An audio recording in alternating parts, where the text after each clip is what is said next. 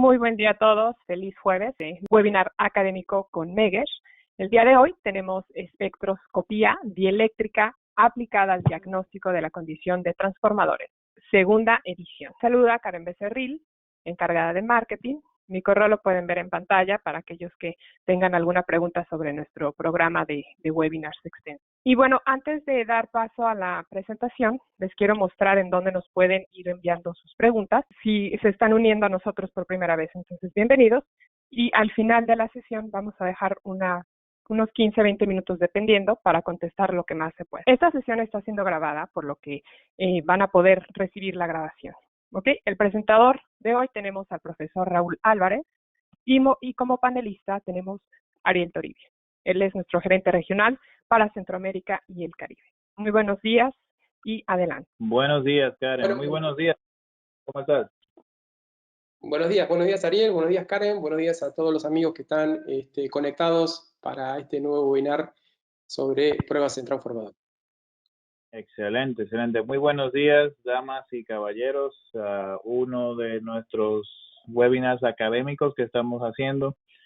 Para aquellos que nos acompañan por primera vez en esta dinámica, les invitamos que en todo momento hagan sus comentarios y preguntas, puntos de mejora en la sección que ya Karen las acaba de mostrar, y que en la sección la sección de preguntas, que es al final de la sesión, el contenido que tenemos preparado en el material de hoy, entonces se van a tomar algunas preguntas para contestarlas.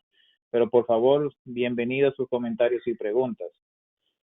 Ojalá que todos allá, ya sea en casa o en oficina, en donde sea que se encuentren bien, y nuestros mejores deseos van para ustedes y a los suyos en estos momentos de distanciamiento social. Este webinar, como ven en el título, es la segunda edición. Como ustedes ven, ya ha habido una primera edición que se hizo en el pasado, en el 2018, y creímos que era justo poder hacer una segunda edición porque han habido algunas novedades, actualizaciones de normas que antes no habían y información adicional que tenemos para compartir con ustedes. Entonces, sin más que agregar, les voy a ceder la palabra a Raúl Álvarez. Ojalá este contenido les sea de mucha utilidad y aprecio. Y adelante, bienvenidos. Adelante, Raúl. Bueno, muchas gracias, Ariel. Bueno, bien, como hizo la presentación tanto Karen como Ariel, esta es la segunda parte o la segunda edición, una revisión del primer webinar que dimos allí por 2018 respecto a la prueba de espectroscopía eléctrica. Es una prueba avanzada en el diagnóstico de transformadores de potencia. Y la idea, justamente como bien mencionaba Ariel, es hacer una actualización de los conceptos principales que dimos en aquel webinar. Para quien participó de aquel webinar se va a encontrar que esta presentación tiene algunos cambios, alguna información adicional que hemos incorporado en función también de cierta evolución que ha tenido la prueba en estos últimos años. Bien, el contenido de la presentación básicamente es el que les muestro aquí. Vamos a hacer una introducción sobre lo que es la temática de la respuesta eléctrica, que es lo que importa aquí. Vamos a tratar la humedad en transformadores, vamos a ver qué consecuencias tiene la presencia de humedad en el sistema de aislamiento de transformadores. Vamos a ver los métodos para medir la humedad en la celulosa, vamos a hacer un rápido repaso sobre las principales técnicas utilizadas. Vamos así, en la parte 4, a hablar ya más en concreto, más específicamente, sobre los principales fundamentos de la espectroscopía eléctrica en el dominio de la frecuencia, una prueba realmente importantísima, muy importante para el diagnóstico de transformadores. Vamos a hacer un rápido reconto sobre lo que es la normalización y le vamos a dejar por lo menos las referencias de algún material que puede ser muy útil para profundizar y estudiar respecto de esta prueba. En la parte 6, quizás una de las partes más atractivas siempre, vamos a mostrarles algunos casos de estudios, ejemplos, donde justamente la espectroscopía eléctrica da una información muy importante. Vamos a hacer muy rápidamente, un rápido repaso sobre lo que es el secado de transformadores, ya que esto lo vimos en un webinar que presentó el doctor Diego Robalino la semana pasada, perdón, esta semana. Realmente ahí no hay mucho más que centrarse en ese webinar. Y finalmente vamos a ver las conclusiones de esta presentación. Bien, entonces empecemos. Los materiales dieléctricos en transformador de potencia, digamos, es una de las partes más importantes de la construcción, del diseño, de la construcción y del mantenimiento del transformador. ¿Sí? La estructura eléctrica de los transformadores de potencia consiste básicamente en dos tipos de materiales, un material en estado líquido y un material en estado sólido. Estamos hablando de transformadores de potencia. ¿Sí? Aclaro que la presentación está abocada exclusivamente a transformadores inmersos en aceite, ¿sí? Que son los transformadores básicamente de potencia, aunque también los hay de distribución. Pero bien, entonces decimos que en este tipo de transformadores nosotros tenemos dos materiales, un material en fase líquida y un material en fase sólida. ¿Sí? Un material sólido típicamente la celulosa y el material líquido típicamente el aceite mineral, aunque hoy día están surgiendo en el mercado aceites de otra característica, como son, por ejemplo, los esteres naturales. Desde ya aclaro que tanto para los esteres naturales como para los minerales, esta técnica esa de la que vamos a hablar, es igualmente aplicable.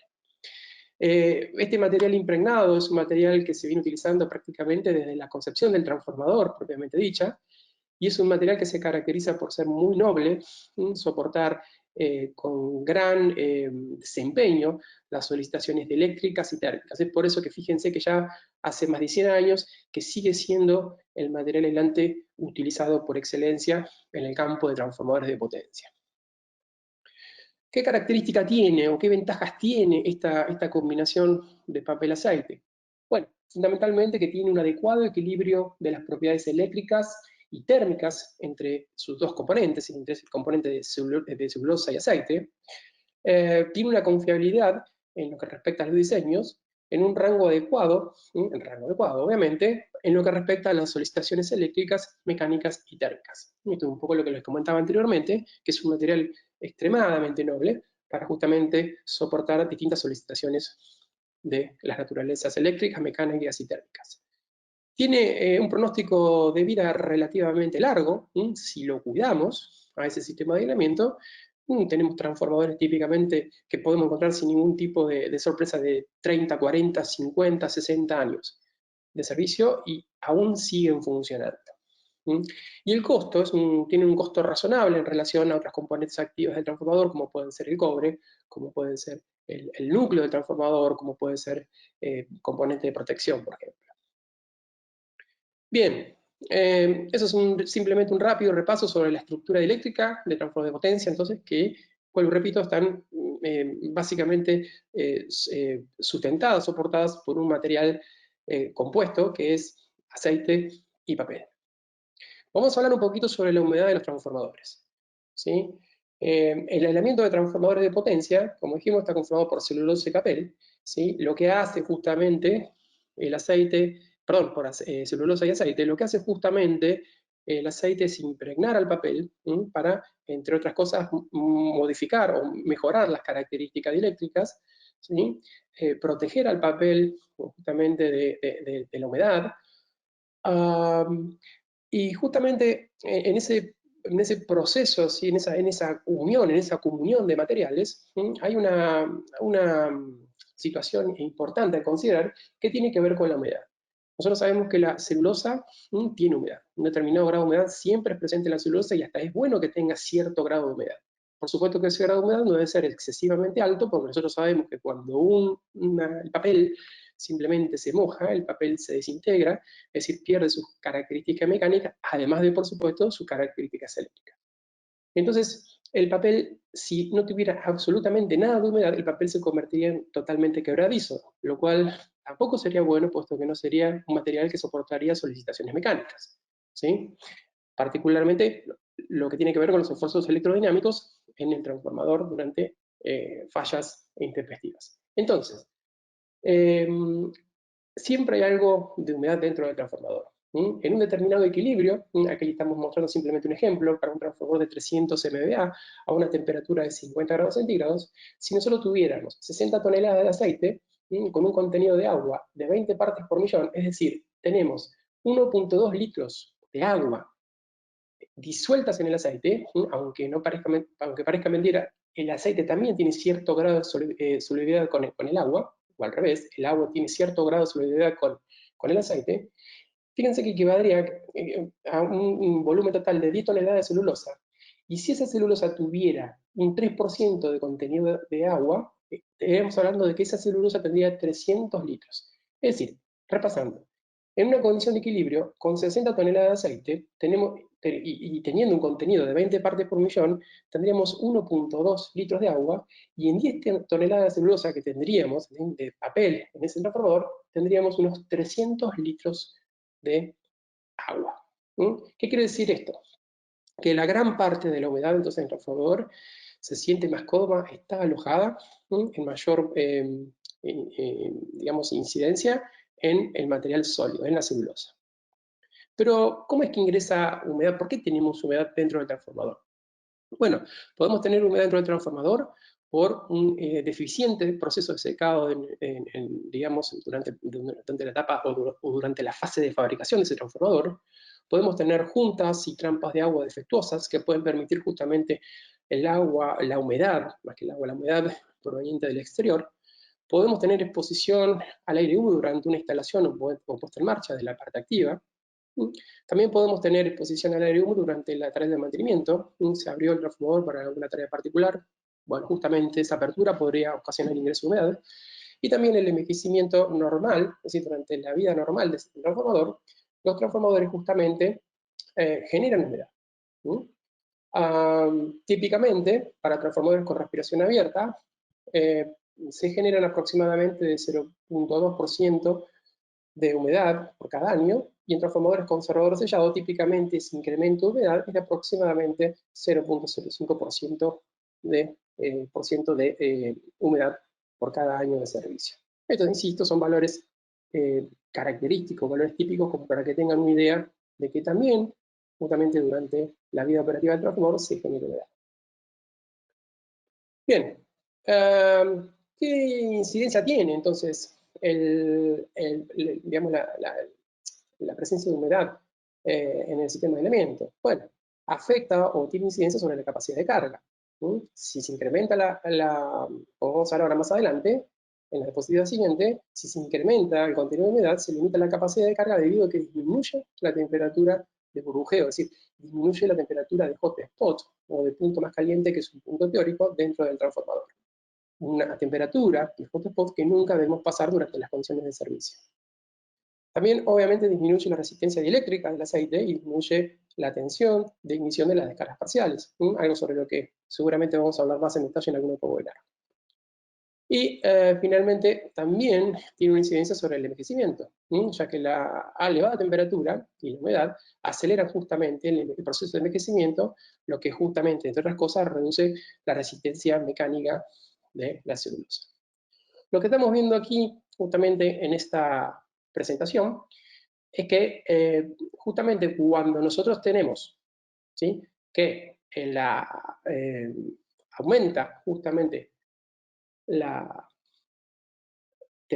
temperatura del hotspot, ¿sí?, y aumenta justamente la presencia, el contenido de humedad en el papel craft, simplemente papel craft, fíjense que se aumenta drásticamente el envejecimiento sobre el papel. En definitiva, lo que queremos mostrar con esta curva, que pues producto de un estudio, de un trabajo de investigación, es que al aumentar la humedad, disminuye la temperatura del hotspot. ¿Qué es el hotspot? Es la temperatura que tiene como diseño el fabricante del transformador. Y es una temperatura teórica, no medible, pero es una temperatura que de alguna manera da la referencia como temperatura máxima durante el proceso de funcionamiento del transformador, temperatura que, como dije, nunca debería excederse, porque si se excede, realmente se sobrepasarían las características de diseño térmicas.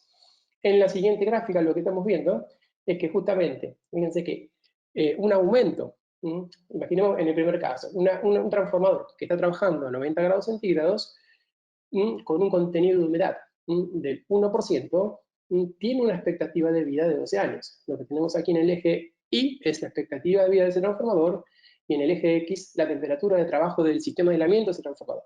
Entonces, cuando ese transformador, como decía, está trabajando a una temperatura, con un contenido de humedad del 1%, tiene una expectativa de vida de aproximadamente 12 años, algo totalmente inadmisible en un transformador. ¿Okay? Fíjense que si nosotros aumentamos el contenido de humedad tan solo un 2% más, es decir, llevamos el contenido de humedad a 3%, la expectativa de vida, justamente, fíjense que baja 10 veces, pasa de 12 años a 2 años. Esa es la importancia justamente de la presencia, del impacto que tiene la presencia de humedad dentro del sistema de aislamiento. Es decir, ¿qué tenemos aquí? Que se aumenta la humedad, aumenta el proceso de aceleración o el envejecimiento del transformador. Bien, es por esto que nosotros siempre decimos que el enemigo número uno del transformador es justamente la humedad. Ok, ¿qué es lo que vemos aquí? Lo que estamos viendo aquí es simplemente para que tengan de referencia, es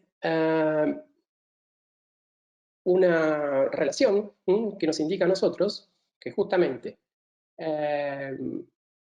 al aumentar justamente la temperatura del sistema de aislamiento, lo que se produce aquí es justamente que el papel empieza a ceder levemente humedad al aceite. Por eso nosotros hablamos de una temperatura de equilibrio de humedad entre el papel y el aceite. En la tabla que nosotros vemos aquí, simplemente a modo de referencia, ustedes ven que efectivamente cuando aumenta la temperatura del aceite, es como que tiende a incrementarse la humedad en el aceite. Es decir, como el aceite comienza a convertirse cada vez más soluble, o mejor dicho, el agua es cada vez más soluble en el aceite. ¿Okay? Aunque parezca mentira, el agua y el aceite sí pueden mezclarse. Pero insisto, esto tiene que ver fundamentalmente con la temperatura de funcionamiento del transformador. ¿Y dónde sale esa humedad? Justamente sale de la celulosa. Cuando la celulosa se calienta, comienza a desprenderse de la humedad. Si el transformador se enfría, esa humedad contenida en el aceite vuelve a incorporarse nuevamente en la celulosa. ¿Okay? Entonces, es muy importante tener en cuenta esto, ya que la temperatura juega un rol fundamental en justamente esa ecuación de equilibrio. Entonces, si aumenta la temperatura del sistema de aislamiento, el papel desprende la humedad y el aceite se convierte más soluble para contener. Bien, ¿cuáles son los rangos o los valores de humedad normalmente admisibles? Bueno, aquí simplemente le mostramos como referencia la normativa IEC, la 6422, una norma IEEE 62, que ya ha sido de alguna manera mejorada, superada por una IEEE 57152, pero de todas maneras es importante porque mantiene algunos valores recomendados. Un Technical Workbook de SIGRE, el Technical Workbook 349, y el know-how de Megar, que se basa justamente en estas otras tres primeras recomendaciones. Podemos concluir simplemente, como a modo de resumen, que cuando nosotros tenemos por debajo del 1% de humedad en un sistema de aislamiento sólido, cuando tenemos un 1% de humedad en el papel, podemos considerar que el sistema de aislamiento se encuentra como nuevo.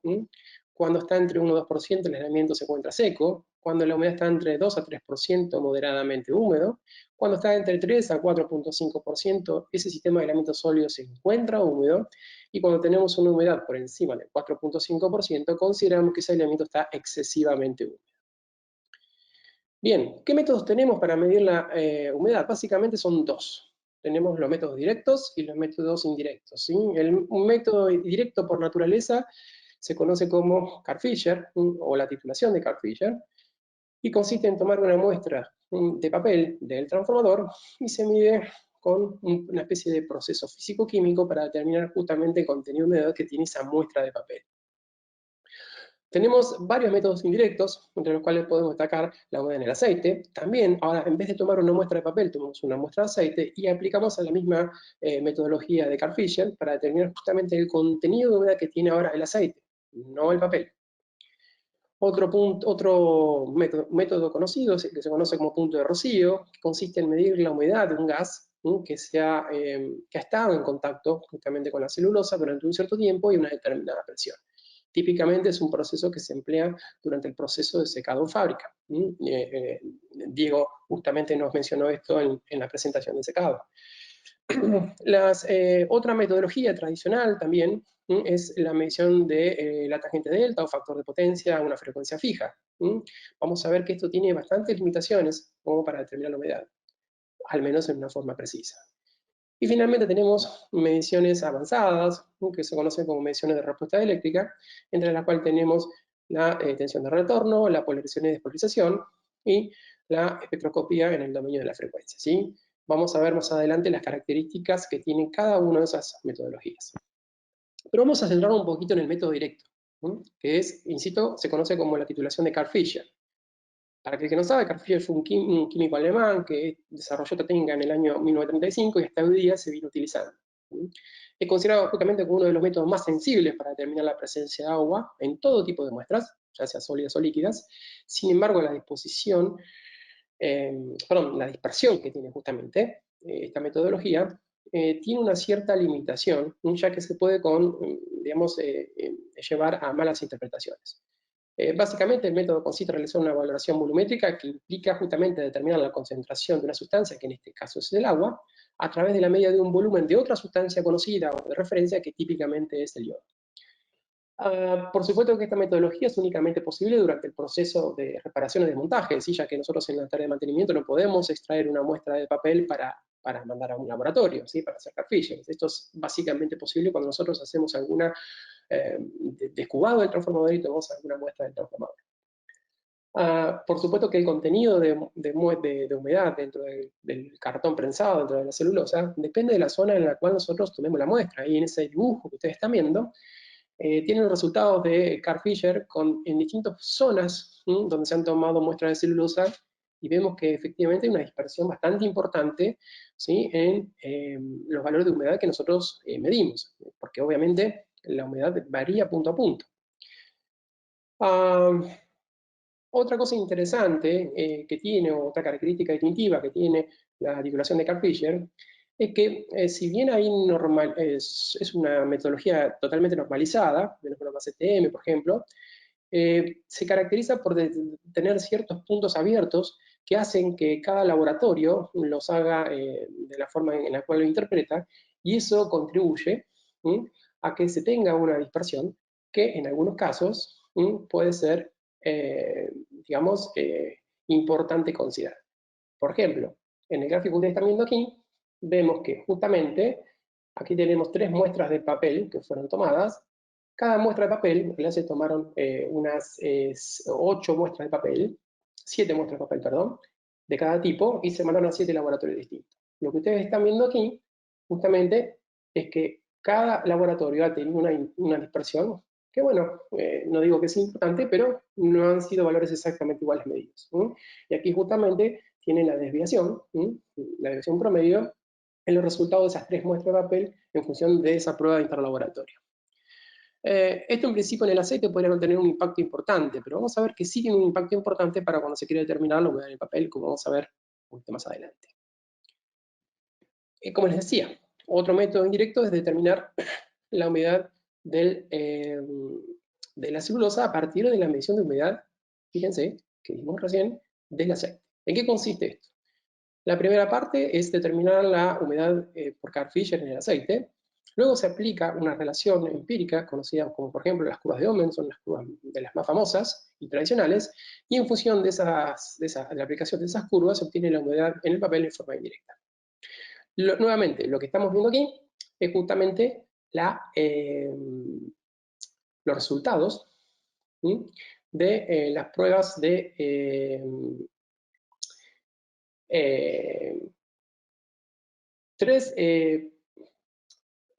tres tipos de aceite. Un aceite tipo A, vamos a decir así, un aceite tipo B y un aceite tipo C. Es decir, imaginemos que son 3 aceites distintos. Y lo que vemos aquí son los resultados de Carl Fischer, es decir, de la humedad de ese aceite para cada tipo de aceite realizada por cada uno de estos laboratorios. Y lo que vemos aquí justamente es la desviación que tenemos estándar en la desviación promedio, perdón, que tenemos en la determinación de la humedad en cada uno de esos aceites. Esto lo menciono porque ahora van a ver que es muy importante el impacto que tiene esto sobre el resultado final. Cuando nosotros aplicamos la curva de Ohmen, ¿en qué consiste? Nosotros entramos en el eje X con el contenido de humedad en el aceite, que medimos mediante Carl Fischer, nos vamos a la temperatura a la cual nosotros extrajimos la muestra, ¿ok? Imaginemos 40 grados, y en el eje Y determinamos en forma indirecta cuál es la temperatura, perdón, cuál es la humedad en el aislamiento sólido. Por ejemplo, si nosotros extrajimos la muestra a 20 grados centígrados y medimos, por ejemplo, 1%, perdón, 3 partes por millón, ¿sí?, de agua en el aceite, eso implicaría un contenido de humedad del 1% en la celulosa, lo cual es un resultado que medianamente nos dejaría tranquilo. Ahora, si nosotros no medimos 3 partes por millón, medimos tan solo 6, un poquito más, otras 3 partes por millón, es decir, 6 partes por millón. Fíjense que esas 6 partes por millón implican una presencia humedad del 4% en la celulosa, lo cual ya es un resultado totalmente inadmisible. Entonces, ¿y esto por qué es? Fíjense que si ahora nos volvemos a la desviación que nosotros tenemos en el resultado de Carr-Fisher, ya la propia discrepancia, la propia dispersión que nosotros tenemos en el método Carr-Fisher nos puede llevar a, digamos, conclusiones o diagnósticos equivocados o erróneos o dispersos, mejor dicho, en el contenido de humedad de la celulosa. Esa es justamente la limitación que tiene o el cuidado que tiene que tener justamente cuando nosotros queremos determinar humedad en el elemento sólido a partir de este método indirecto. Y Raúl, aquí hablamos de temperatura de ambiente o temperatura del aceite per se que tenía el aceite al momento. No, hablamos fundamentalmente de la temperatura en el aislamiento, ¿sí? Temperatura del aceite. Del aceite y del papel. Estamos hablando de la temperatura con el sistema de aislamiento en equilibrio, ¿sí? Es decir, podemos inferir que la temperatura es homogénea en todo el sistema de aislamiento, ¿sí? Eso es algo sobre el cual vamos a hablar un poquito más adelante, pero que por ahí podemos mencionar. Es muy importante que tener en cuenta que para poder hacer todo este tipo de pruebas que nosotros estamos hablando, incluyendo la respuesta eléctrica, es muy importante que tengamos homogeneidad en la temperatura dentro del sistema de aislamiento. Es algo muy importante. Entonces aquí también otro posible incógnita es que eso es asumiendo que se adquirió, en el momento de tomar la muestra, se tomaron en condiciones de equilibrio del sistema de aislamiento también. Es correcto, es correcto. Si nosotros no tuvimos esa precaución y simplemente tomamos una muestra, podría pasar de que con el sistema de aislamiento no en equilibrio, podríamos también tener un error adicional. Exactamente. Bien, otro de los métodos indirectos tradicionales justamente que conocemos como tangente delta, factor de potencia o factor de disipación. Simplemente consiste en modelar nuestro sistema de aislamiento con una capacitancia en paralelo con una resistencia. La capacitancia representa la característica eléctrica del sistema de aislamiento, mientras que la resistencia el contenido de pérdidas. Acuérdense que no existe un aislamiento perfecto. Todos los aislamientos tienen determinada cantidad de pérdidas. ¿Okay? Entonces, cuando nosotros aplicamos esa tensión alterna, aparece una corriente resistiva que está en fase con la tensión, aparece una corriente capacitiva que está adelantada a 90 grados respecto de la corriente resistiva. La suma de la componente capacitiva o resistiva nos da una corriente total, nos queda conformado un ángulo phi, un ángulo delta. Justamente lo que nosotros conocemos como factor de potencia es el coseno de ese ángulo phi, o conocemos como factor de disipación la tangente justamente de ese ángulo delta. Yo de aquí en adelante me voy a referir fundamentalmente por una comodidad personal al término de tangente delta, si bien tenemos que tener claro que tanto tangente delta como factor de disipación o factor de potencia cuando hablamos de elementos es prácticamente lo mismo. ¿Okay? Entonces, en un transformador la prueba consiste básicamente, ya esto lo vimos con otro webinar también muy interesante que dio mi amigo el doctor Diego Robalino la otra semana. Justamente consiste en aplicar una tensión en el aislamiento y medir el nivel de pérdidas que tenemos a través justamente de ese sistema de aislamiento. Vamos a hablar un poquito más adelante en detalles sobre esto, pero simplemente estamos haciendo un rápido repaso sobre lo que es una prueba a una frecuencia fija. Valores recomendados respecto al valor del factor de potencia de tangente delta. Por ejemplo, podemos utilizar la norma IEEE 57152, donde dependiendo del nivel de tensión, tenemos el límite de tangente delta para cada caso particular, ya sea para un transformador nuevo como para un transformador usado, infiriendo justamente también o discriminando el tipo de aceite que nosotros podemos tener en ese transformador. Ahora, también vimos en el webinar de la semana pasada ciertas limitaciones que nosotros tenemos con la prueba realizada a una frecuencia fija, una frecuencia de red. Y yo simplemente pregunto y digo, ok, si tengo una tangente delta de 0,5%, ¿okay? ¿Ese aislamiento tiene humedad? ¿No tiene humedad? ¿Ese aislamiento realmente está en buen estado? Otra pregunta que yo me podría hacer si tuviera, otras preguntas que me podría hacer si yo tuviera una tangente delta de 1,8%, si una tangente delta, fíjense que ya elevada, ¿sí? No admisible por respecto a los valores estandarizados. La pregunta que me haría en este caso es, ok, tengo algo mal, pero ¿implica necesariamente que tenemos humedad dentro del sistema de aislamiento? ¿Quién está mal? ¿Está mal el aceite? ¿Está mal el papel? Justamente estas son respuestas que justamente la tangente delta, una frecuencia fija, no me da. Me puede decir que hay algo malo, pero no me dice dónde. ¿Okay? Pero tenemos que ser también muy conscientes que muchas veces nos puede decir un valor bueno, y eso no implica que realmente sea un buen resultado. Por eso en ese caso siempre es muy importante, es esencial, mantener las tendencias de los valores que nosotros medimos a lo largo del tiempo, ¿sí? A pesar de que esos valores sean buenos. Y es así como llegamos a lo que a nosotros nos importa, que son los métodos indirectos. Estamos hablando de las mediciones de respuesta eléctrica, que son básicamente 3 metodologías.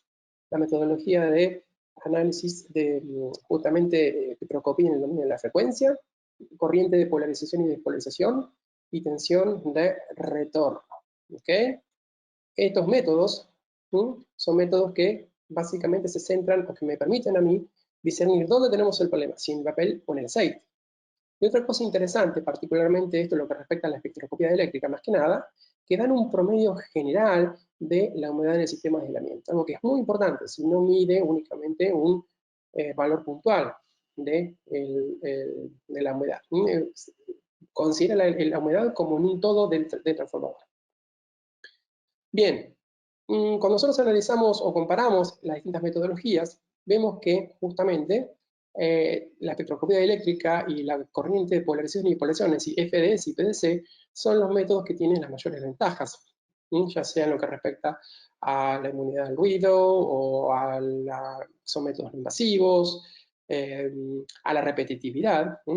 Pero fíjense que en realidad si nos ponemos a comparar más en detalle tanto FDS como PDC, justamente el FDS es la que lleva justamente las mayores ventajas, puesto que el FDS no le importa justamente cómo es el estado de polarización previo que ha tenido ese sistema de aislamiento, como sí ocurre en el caso de PDC. Y además tiene una mayor susceptibilidad, es decir, es más inmune, vamos a decirlo así, al ruido electromagnético que lo que puede ser el PDC.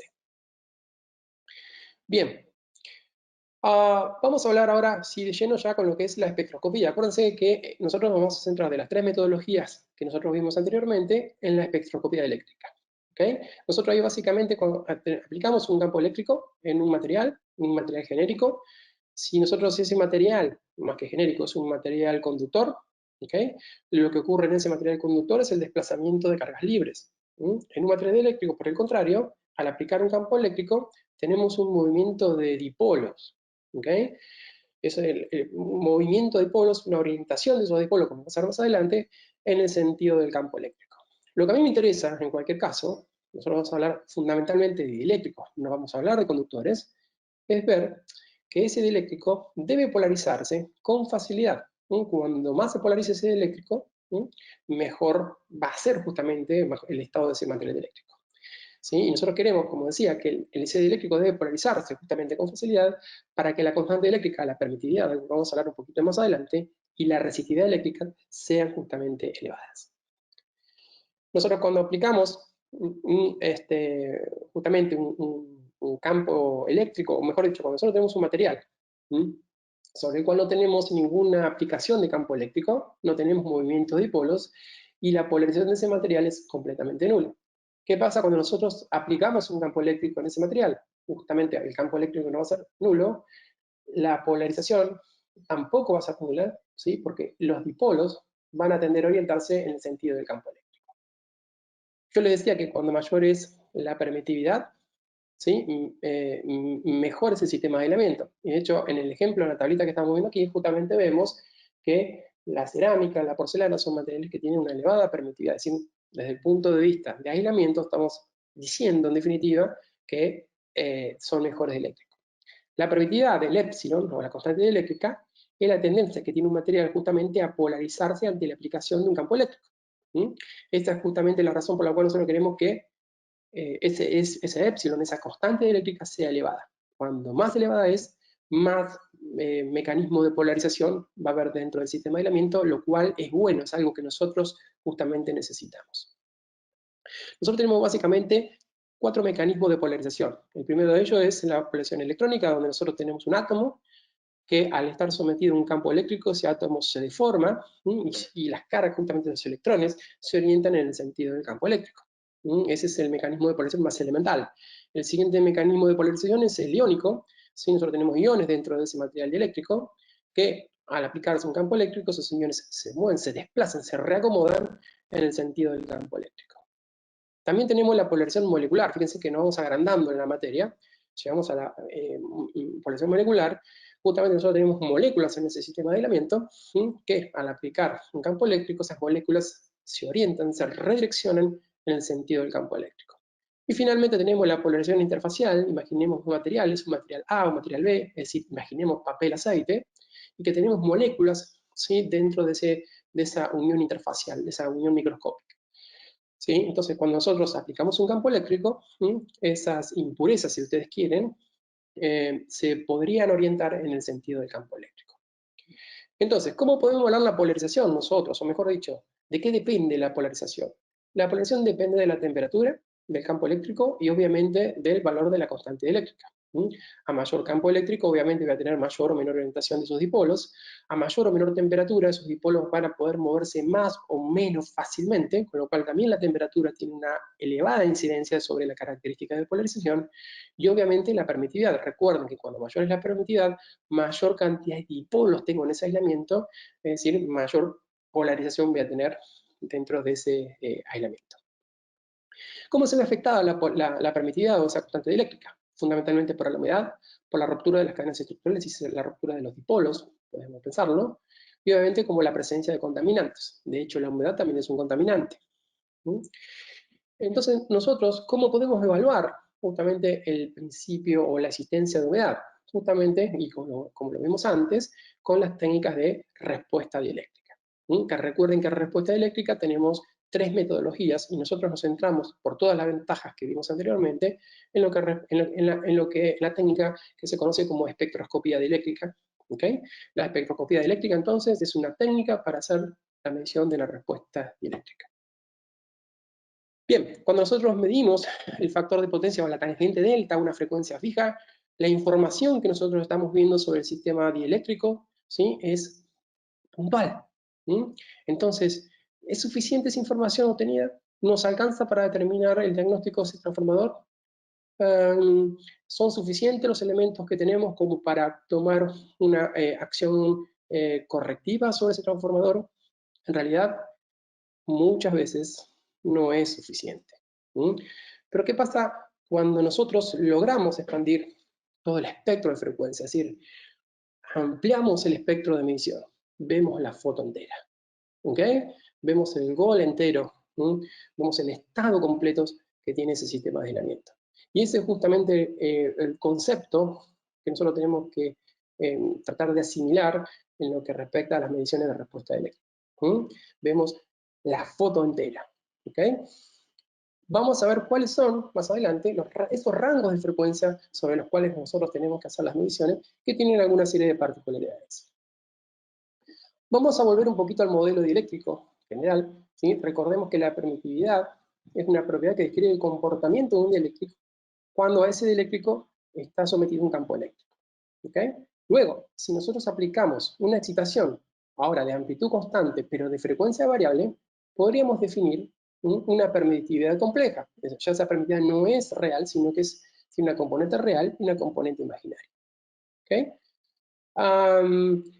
En el dominio de la frecuencia, justamente, nosotros podríamos medir esa corriente que ahora tiene una componente capacitiva para una componente real y una componente imaginaria, ¿okay? Porque estamos definiendo justamente una permitividad compleja. Podríamos medir, como decía directamente, midiendo justamente la corriente que drena a través del aislamiento al aplicar una señal sinusoidal. La capacitancia depende justamente de la geometría del sistema de aislamiento y las corrientes resistiva y capacitiva son las componentes de pérdida y capacitiva respectivamente. Fíjense que de igual manera construimos el diagrama fasorial, ¿sí?, que habíamos visto a una frecuencia fija, es exactamente lo mismo, pero fíjense que ahora la tangente delta va a ser función de la frecuencia y también va a seguir siendo una relación de la componente resistiva y de la componente capacitiva, o lo que es lo mismo, una relación entre la componente imaginaria, ¿sí? Y la componente real de la permitividad compleja. Bien, para medir estas componentes en el dominio de la frecuencia, se aplican voltajes sinusoidales de frecuencias fijas de forma secuencial o simultánea. Vamos a ver más adelante eso, que es algo que conocemos como multifrecuencia. De esta manera, para cada frecuencia se mide el voltaje aplicado y la corriente a través del elemento, y a partir de ello determinamos la capacitancia y las pérdidas en cada frecuencia, para cada frecuencia, y se calcula justamente la relación de la corriente y el voltaje considerando justamente el módulo y la fase. ¿Ok? Bien, el conocimiento de esa capacitancia geométrica, ¿okay?, permite justamente determinar las partes reales e imaginarias de esa permitividad compleja. ¿Okay? Y los resultados generalmente se representan como en una gráfica logarítmica, en función del factor de disipación versus la frecuencia. En definitiva, esto es lo que nosotros definimos como la respuesta dieléctrica de un sistema de aislamiento. ¿Okay? Esto es lo que nosotros denominamos respuesta dieléctrica. ¿Cómo varía, por ejemplo, el factor de potencia, o la tangente delta, o la capacitancia, respecto a la frecuencia? En términos generales, el rango de frecuencia completo utilizado en la mayoría de las pruebas, ¿sí?, se puede extender hasta desde los 1000 Hz hasta los 0.1 mHz. Rango de frecuencia, repito, entre 1 kHz y 0.1 mHz. Es importante, sin embargo, tener en cuenta que la prueba comienza por las frecuencias superiores. Siempre vamos a empezar por las frecuencias superiores. ¿Y eso por qué? Porque de esta forma se reducen justamente los efectos de la carga remanente inducida por el voltaje de prueba a frecuencias más bajas. ¿Okay? Esa es la razón por la cual nosotros necesitamos realizar la prueba primero desde altas frecuencias a bajas frecuencias. Bien, vamos a ver un poquito conceptualmente, con más detalle, cómo es que trabaja este modelo. Imaginemos que nosotros tenemos un medidor de respuesta eléctrica, que es el que ustedes están viendo ahí, y simplemente tengan en cuenta que, ¿qué es un medidor de respuesta eléctrica? ¿Sí? De espectroscopía eléctrica. Es un equipo que mantiene el voltaje constante y lo que hace es variar la frecuencia, y para cada frecuencia mide el factor de potencia o la tangente delta. Bien, imaginemos que nosotros tenemos únicamente aceite como un sistema de aislamiento. Y nosotros queremos ver cómo es el comportamiento de ese aceite a medida que variamos la frecuencia. Cómo es la tangente delta de ese aceite a medida que variamos la frecuencia. Imaginemos que tenemos un aceite con muy baja conductividad. Por ejemplo, una conductividad de 1 por 10 a la menos 13 picosiemens por metro. Fíjense que las respuestas típicas que nosotros obtenemos son rectas. Rectas en las cuales, como vemos en el esquema, ¿okay?, a medida que baja la frecuencia, las pérdidas aumentan. Y eso lo hace con un comportamiento más o menos lineal. ¿Okay? Bien, ¿qué pasa si la conductividad de ese aceite aumenta? Como vemos, la conductividad del aceite hace que las pérdidas aumenten. ¿Y qué pasa si ese aceite sigue incrementando la conductividad? Bueno, lo que va a pasar ahí es que nuevamente, ¿sí?, las pérdidas van a seguir variando. Perdón. Que me pase una diapositiva. Volvamos a la respuesta eléctrica. Entonces les decía, a medida de que la conductividad de ese aceite se incrementa, vemos que las pérdidas se van incrementando, pero siempre manteniendo una relación lineal. ¿Okay? Es decir, a medida que la conductividad del aceite aumenta, las curvas tienden a desplazarse hacia arriba, pero siempre más o menos en forma lineal, y a medida que baja la frecuencia, aumentando las pérdidas. ¿Okay? Bien. Otra cosa interesante que podemos ver es que a 60 o a 50 Hz y a frecuencia red, vemos una clara distinción entre los valores de pérdidas que nosotros tenemos para los aceites que tienen distinta conductividad. Es decir, se ve clara la diferencia que nosotros tenemos justamente entre las respuestas dieléctricas que tienen cada uno de esos aceites. Vamos a ver por qué le estoy remarcando esto cuando vemos la siguiente diapositiva. Porque el otro material justamente que tenemos en el papel, en el sistema de aislamiento, perdón, es el papel, es la celulosa. ¿Qué pasa cuando nosotros hacemos la respuesta eléctrica únicamente en celulosa? Imaginemos que hacemos esa respuesta eléctrica en un aislamiento sólido, sin papel, que tenga un contenido de humedad del 0,5%. Vemos una curva que tiene la forma que ustedes están viendo ahí. ¿Qué pasa cuando nosotros incrementamos un poquito la humedad de ese aislamiento sólido y hacemos la curva de barrido? Imaginemos un papel con una humedad del 1%. Vemos una curva, por ejemplo, característica como la que ustedes están viendo en este momento, un color azul. Si incrementamos a 2%, si incrementamos a 3%. ¿Okay? Entonces, fíjense que la respuesta, ¿qué estamos viendo aquí?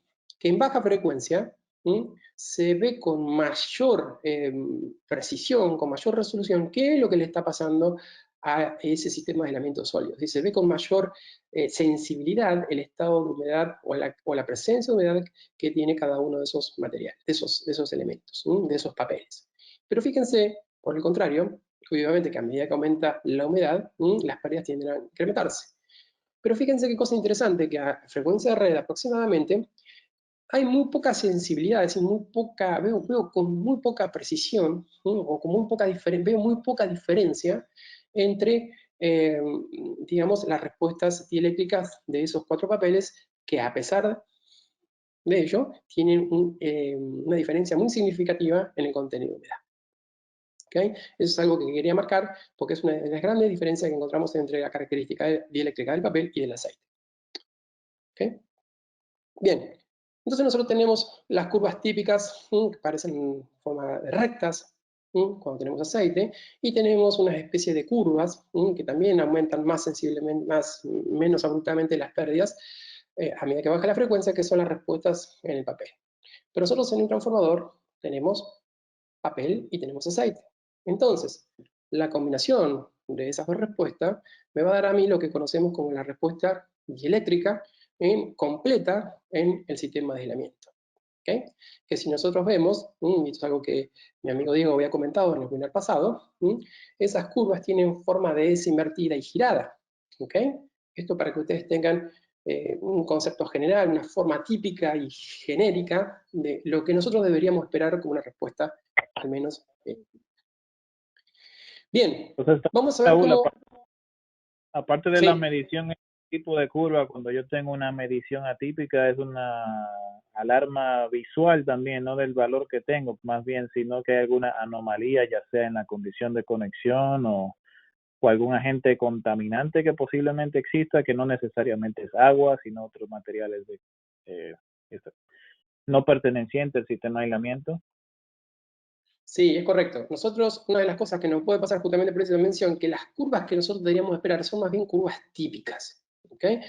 ¿Qué es una curva típica? En general, ¿sí? Como para tener una primera aproximación, como les comentaba, una forma de S invertida. Si nosotros tenemos una curva que, como vamos a ver en algún caso de estudio más adelante, algunos de los ejemplos, es completamente atípica, efectivamente podemos tener algún problema en nuestro sistema de aislamiento, o también, algunas otras veces, que lo vamos a ver en los casos de estudio, justamente, es alguna perturbación o algún agente que está afectando el ensayo que nosotros estamos haciendo. Por eso es muy importante tratar, primero, tener claro, identificar que nosotros vamos a obtener, o que deberíamos obtener, respuestas aproximadamente típicas.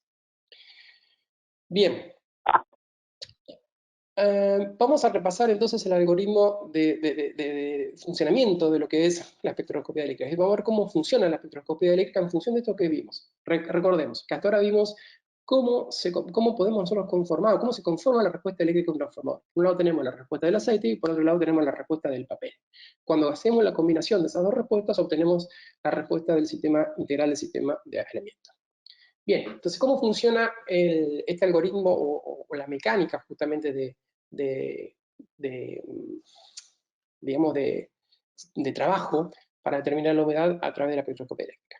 Nosotros hacemos un ensayo y definimos qué tipo de aceite y cuál es la temperatura del sistema de aislamiento, cuál es la temperatura justamente que nosotros tenemos en el sistema de aislamiento.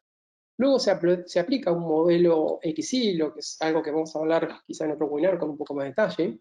Es decir, es un algoritmo interno sobre el cual nosotros no tenemos que aportar mayor información, de hecho, prácticamente ninguna información hoy día. ¿Okay? Y ese modelo XY se nutre, un input de ese modelo XY es justamente una especie, vamos a decirlo así, de base de datos que tiene incorporado el algoritmo. Entonces, ¿en qué consiste esto? ¿Cómo trabaja? Por un lado, nosotros tenemos una curva que nosotros medimos, una respuesta dieléctrica, acuérdense, que nosotros medimos en el sistema de aislamiento. Imaginemos esta que está aquí en color rojo. ¿Okay? Y lo que nosotros recuerden que teníamos, una curva que nosotros la podemos conformar, entonces, con la respuesta dieléctrica del aceite y con la respuesta dieléctrica del papel. a esa curva que vamos a conformar, vuelvo y repito, con una respuesta dieléctrica del aceite y una respuesta dieléctrica del papel, la vamos a llamar curva modelo, como por ejemplo esa curva que está en color azul. ¿Cuál es el objetivo entonces que tiene la mecánica o la metodología o el algoritmo de análisis de la espectroscopia eléctrica? Tratar de construir una curva modelo que sea lo más parecida posible, lo más idénticamente posible, a la curva que nosotros medimos, es decir, a la curva en color rojo.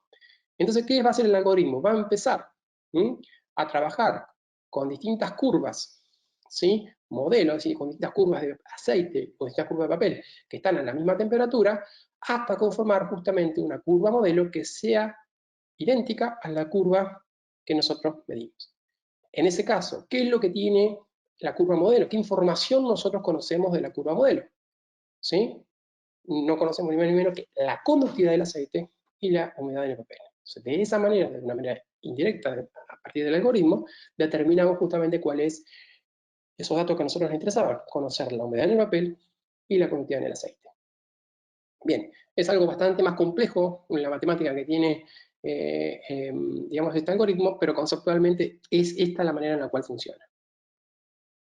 Bien, entonces, en general, la región del elemento principal para la medición de la respuesta eléctrica, acuérdense que yo ahora, de ahora más cuando hable de respuesta eléctrica, ¿sí? Voy a estar hablando de espectroscopía eléctrica. La espectroscopía eléctrica, vuelvo de nuevo a lo mismo, es una técnica de medición de respuesta eléctrica. Entonces, como les decía, la región de elemento principal para la medición de la respuesta eléctrica es la que contiene la mayor cantidad de elemento sólido, es decir, la mayor cantidad de celulosa. En un transformador típico de dos devanados, el elemento entre el devanado de alta tensión y el de baja tensión justamente no está influenciada por otras componentes, como por ejemplo las pérdidas superficiales que tenemos, por ejemplo, sobre la porcelana de los bushings. Y claramente esta porción de elementos y la porción de elementos CHL representa la mayoría del elemento sólido que nosotros tenemos en el sistema de elementos. Entonces, ¿qué quiero decir con esto? Que este modelo que nosotros vamos a aplicar, esta medición que nosotros vamos a aplicar, va a ser muchísimo más sensible donde tenemos la mayor proporción de elementos sólidos. Sin embargo, también se puede medir el elemento de, por ejemplo, de alta tensión a tierra y de baja tensión a tierra, es decir, el CH y el CL, en el modelito que estamos presentando en este momento. ¿Cuál sería el objetivo ahí? Identificar posibles respuestas no típicas, un poco lo que preguntaba Ariel, en esas áreas de aislamiento. Pero yo me voy a centrar fundamentalmente que para determinar con mayor precisión el grado de humedad dentro de un sistema de aislamiento, me voy a centrar fundamentalmente en el aislamiento interdevanado, ¿sí? Que es donde tenemos la mayor proporción de celulosa. ¿Okay? Es importante mencionar también que todas las conexiones de cada bushing, incluidos los neutros, deben desconectarse de la red y cortocircuitarse antes de realizar la prueba, y todos los puentes que nosotros utilicemos para que potencializar cada uno de los bushing del mismo nivel de tensión, se recomienda que sean cables desnudos y que estén obviamente aislados del suelo. Por supuesto que cuando nosotros realizamos mediciones, tanto sea de CHL como de CL, es decir, aislamiento de alta tierra o de baja tierra, ahí es extremadamente crítico el estado de, digamos, de limpieza de lo que son los bushings, ya que una corriente superficial me va a afectar la respuesta eléctrica y con ello el resultado que nosotros vamos a obtener.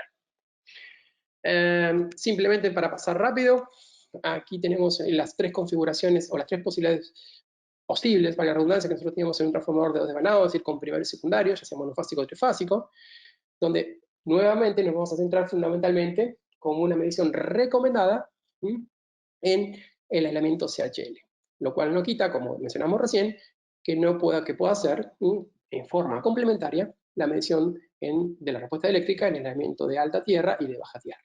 ¿Qué pasa en un transformador, en otro transformador sin terciario? Ahí no nos queda otra más que medir CH, determinar la humedad del elemento derivado directamente de tierra. Aquí, justamente, el estado de la superficie del bushing juega un rol crítico. Hay que asegurarse que justamente tenemos los bushing extremadamente limpios y secos para no tener corrientes derivadas a tierra que modifiquen la respuesta eléctrica. En un transformador con terciario, fíjense que nuevamente me voy a centrar en el elemento principal, que lo tenemos justamente en el elemento de alta y el terciario, y las demás pruebas, el CH y el CT, es decir, el elemento de alta tierra y del terciario tierra, van a ser pruebas complementarias. Pero también podemos hacer esta prueba en transformadores de tres devanados, transformadores que tienen un primario, un secundario y un terciario. Y nuevamente, si nos fijamos en las recomendaciones, entre las pruebas recomendadas para determinar el nivel de humedad, nos vamos a centrar justamente en aquellos aislamientos interdemanados, es decir, el aislamiento entre alta y vamos a llamarle media tensión, entre media tensión y baja tensión, y entre baja tensión y alta tensión. Las demás mediciones de cada aislamiento respecto a tierra son mediciones justamente suplementarias.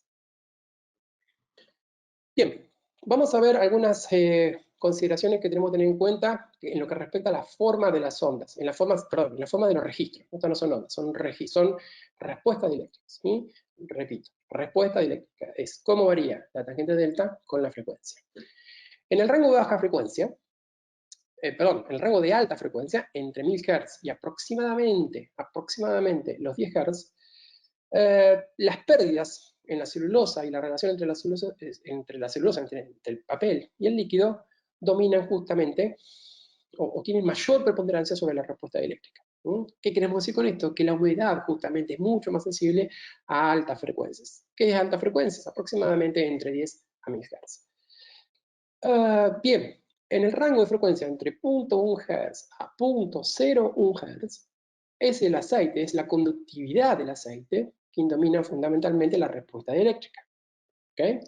Y a frecuencias inferiores a 0.01 Hz, 0.01 Hz, el efecto de las pérdidas en el aislamiento líquido es menos dominante y la relación entre el aislamiento líquido y sólido empieza a tomar preponderancia en la respuesta eléctrica y también afecta justamente o incide sobre esta parte final de la respuesta eléctrica el estado de la celulosa, es decir, el contenido de humedad de la celulosa. ¿Okay? ¿Qué pasa en esas uniones? En esas uniones que nosotros tenemos entre las respuestas, entre las frecuencias en las cuales domina el aceite y el papel y aceite. Esas zonas justamente tienen mayor preponderancia con lo que es la geometría del sistema de aislamiento. Lo que estamos viendo a la derecha del gráfico es un corte, una vista superior de lo que es un devanado, una fase de un transformador con un primario y un secundario. Por supuesto que tenemos el núcleo, el primer aislante que tenemos es el primer nivel de tensión que nosotros tenemos es justamente la bobina de baja tensión, y luego tenemos la bobina de alta tensión. Y en separados tenemos lo que nosotros conocemos justamente como lo que serían los canales de refrigeración, que está compuesto por espaciadores y por barreras. ¿Okay? ¿Cuál es el objetivo de esto? Justamente permitir que el aceite ingrese a este medio y evacúe el calor de forma eficiente, de forma tal de que no generar puntos calientes. Bien, entonces, como les decía, en las uniones en las cuales termina el efecto, digamos, o la incidencia o la dominancia de la humedad en el papel, empieza a tener incidencia la geometría del sistema de refrigeración, vamos a decir, del aislamiento interdevanado. ¿Ok? Y a medida que cuando termina justamente el impacto que tiene o la incidencia que tiene el aceite en la respuesta eléctrica, nuevamente comienza a ser preponderante el efecto de la geometría de la barrera de pasadores hasta que, como les decía, finalmente en las frecuencias más bajas gobierna fundamentalmente el contenido de humedad que nosotros tengamos en la celulosa. ¿Okay? Esto es simplemente para tener en cuenta, recordar y tener, por lo menos desde el punto de vista conceptual, que incide sobre cada parte de la respuesta eléctrica. Bien, la necesidad de las mediciones en el rango de 10 MHz a 0.1 MHz está influenciada fundamentalmente por la temperatura, la humedad del sistema de aislamiento y, obviamente, las condiciones, el estado del aceite. En los casos en que, cuando nosotros estamos realizando una prueba y hay una revisión de datos que dice, ok, hay suficiente información, nosotros podemos, digamos, dar por finalizada la prueba. ¿Okay? ¿Y cuándo es eso, fundamentalmente? Cuando nosotros vemos que llegamos a esa joroba en baja frecuencia, ¿okay? Esa joroba de baja frecuencia, es decir, ¿qué me va a decir? ¿Cuál va a ser la respuesta eléctrica por debajo de la frecuencia donde nosotros tenemos esta joroba? Que vuelvo y repito, es algo general, es algo conceptual. La respuesta eléctrica no va a cambiar prácticamente. ¿Y eso qué implica? En que yo voy a seguir haciendo la prueba, pero no voy a sacar información adicional. ¿Eso por qué es importante? Porque como muchos de ustedes saben, ¿okay? justamente la frecuencia es la inversa del periodo, es decir, la inversa del tiempo. Y como todos sabemos, tiempo es dinero. ¿Okay? Entonces, miren qué pasa cuando nosotros vamos a aplicar, por ejemplo, una onda de senoidal de 1 kHz. Esa onda de 1 kHz, es decir, de 1000 Hz, tiene una frecuencia, perdón, un periodo de 1 milisegundo. ¿Okay? Por ejemplo, una onda de 0.1 Hz, ¿sí?, de frecuencia, tiene un periodo de 10 segundos. ¿Okay? Y fíjense que cuando nosotros nos vamos a una onda que tiene una frecuencia de 0.1 Hz, estamos hablando de una onda senoidal que tiene un periodo de 10 milisegundos. Es decir, fíjense, una onda cuyo periodo es de 2 horas 42 minutos. Esto no significa que el equipo es malo, que el equipo es lento. El equipo necesita construir una onda senoidal que tiene un periodo de 2 horas 42. ¿Okay? Entonces, ¿por qué es importante esto? Porque si nosotros podemos evitar irnos a alta frecuencia porque ya no sacamos más información, ¿sí?, de la que nosotros realmente necesitamos, podemos cortar la prueba y con eso hacer la prueba definitiva más rápida. La tabla que ustedes ven a la izquierda de ese gráfico muestra los valores mínimos de frecuencia sugeridos en función de la temperatura a la cual está el sistema de aislamiento. Conceptualmente, ¿qué regla general tenemos? Que cuando más caliente está el sistema de aislamiento, nosotros podemos cortar la prueba antes. Es decir, no necesitamos ir a muy bajas frecuencias. Cuando más frío está el sistema de aislamiento, necesitamos irnos a más baja frecuencia. De todas maneras, aquí vuelvo a remarcar esa consulta que ha hecho Ariel hace unos minutos atrás, es que es muy importante que la temperatura que nosotros tomamos, que consideramos como la temperatura del sistema de aislamiento, sea una temperatura de equilibrio. La norma IEEE 57161, sobre la cual vamos a hablar un poquito más adelante, recomienda justamente asegurarse casi a la perfección de que el sistema de aislamiento se encuentra estable. Y en algunos casos hasta menciona que sería ideal dejar el transformador fuera de servicio hasta días, lo cual obviamente en el servicio no siempre es posible eso. Bien, pero otra opción que tenemos, yo se les había comentado, es la opción de multifrecuencia. ¿Qué es la opción de multifrecuencia? Si ustedes se acordaban, yo les había comentado en una diapositiva anterior, de que nosotros podemos aplicar hasta más de 2 señales a la vez. Y eso es justamente lo que se trata o lo que consiste la técnica de multifrecuencia. ¿Qué va a hacer la multifrecuencia? Va a aplicar una señal, por ejemplo, de 1 kHz, no de kHz, pero sí, por ejemplo, de 0.01 Hz y 0.1 Hz en forma simultánea. ¿Ok? Entonces, ¿qué va a hacer con eso? Va a acelerar los tiempos de prueba. Es así como un aislamiento que se encuentra a 5 grados, el tiempo total de la prueba sería de 1 hora a 43. Y un aislamiento que se encuentra a 30 grados, ¿sí?, demandaría un tiempo total de prueba de unos 11 minutos. ¿Okay? Esa es justamente la ventaja que tiene la opción de multifrecuencia. Vamos a ver, por lo menos desde el punto de vista conceptual, las respuestas, cosas que afectan a la prueba. Respecto a la configuración del devanado y la configuración de la medición, es recomendable medir el aislamiento entre los devanados, como vimos, que tienen la mayor proporción de papeles, es decir, el CHL, el CHT y el CLT, justamente para poder evaluar la humedad de forma precisa. En los casos en los que se utilizan las configuraciones de medición de CH o de CL, es decir, los aislamientos respecto a tierra, se agrega la influencia, como vimos, del estado de los bushings. ¿Okay? Por lo general, la estimación de la humedad a partir de las mediciones de aislamiento de cada devanado a tierra tiende a sobreestimar el contenido de la humedad. ¿Okay? Repito, cuando nosotros medimos los aislamientos derivados a tierra, generalmente podemos encontrar de que encontramos más humedad de la que realmente hay. Y eso es justamente por el estado de los bushings y de las condiciones externas a la medición.